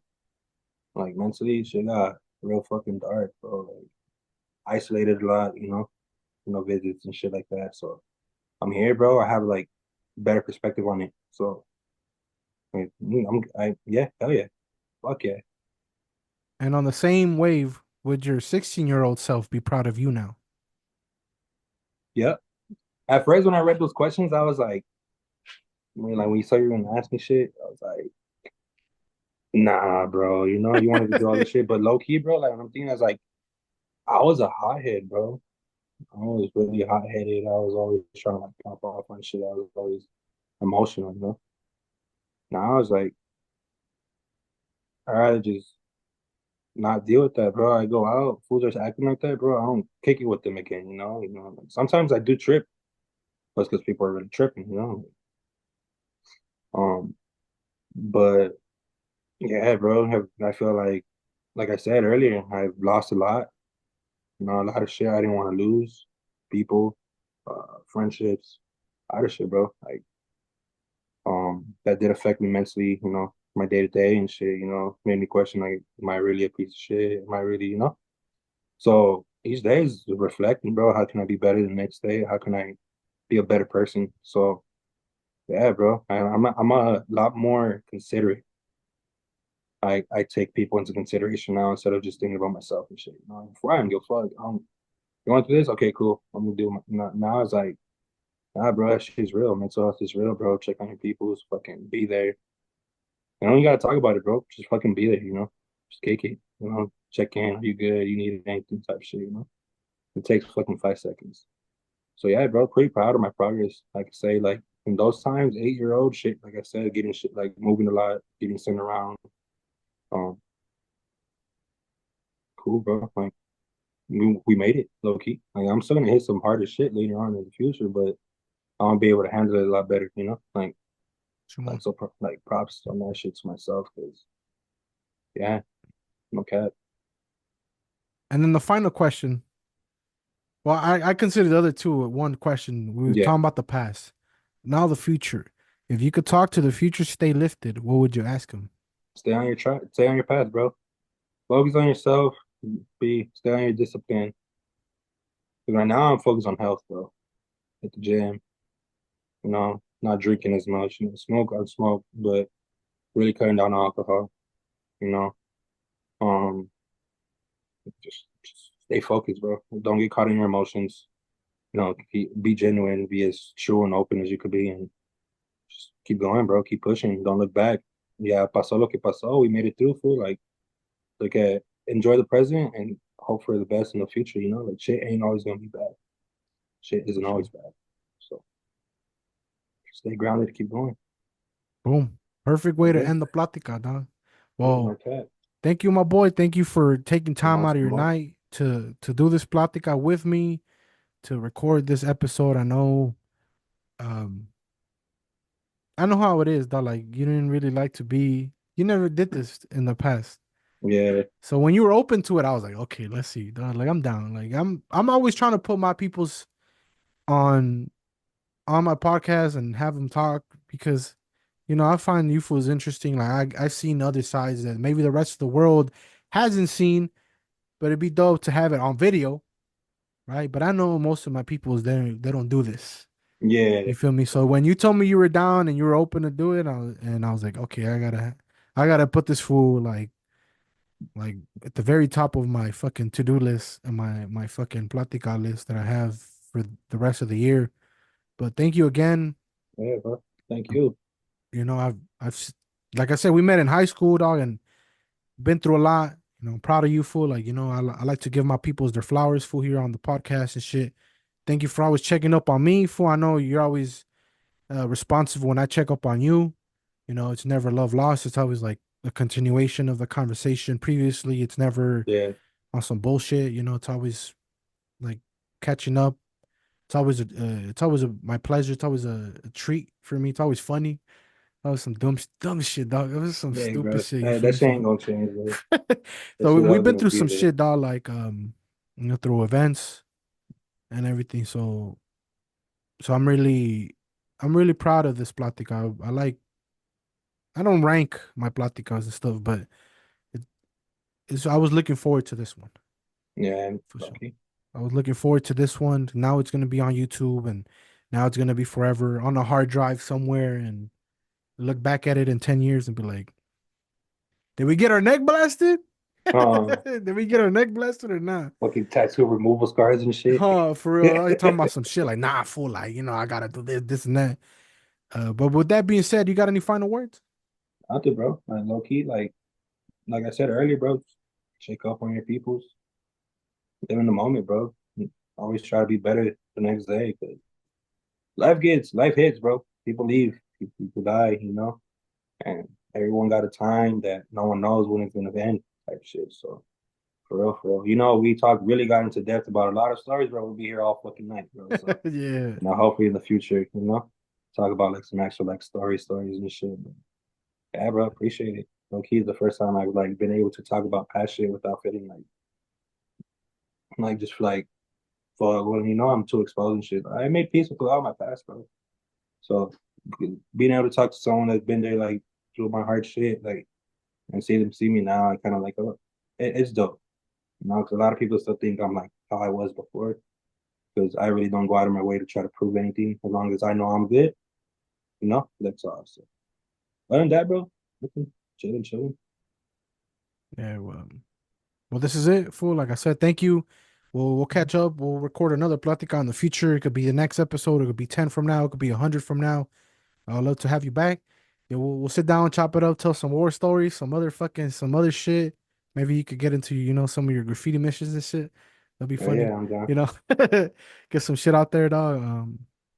But with that being said, if you're watching this on YouTube, don't forget to like, subscribe, comment, the notification bell so you know when I drop another video, when I go live. I'll see y'all when I see y'all. Don't forget to love yourself today, all right? Adios. Stepping out the door with some fresh 90s, the old whites, the drips nice.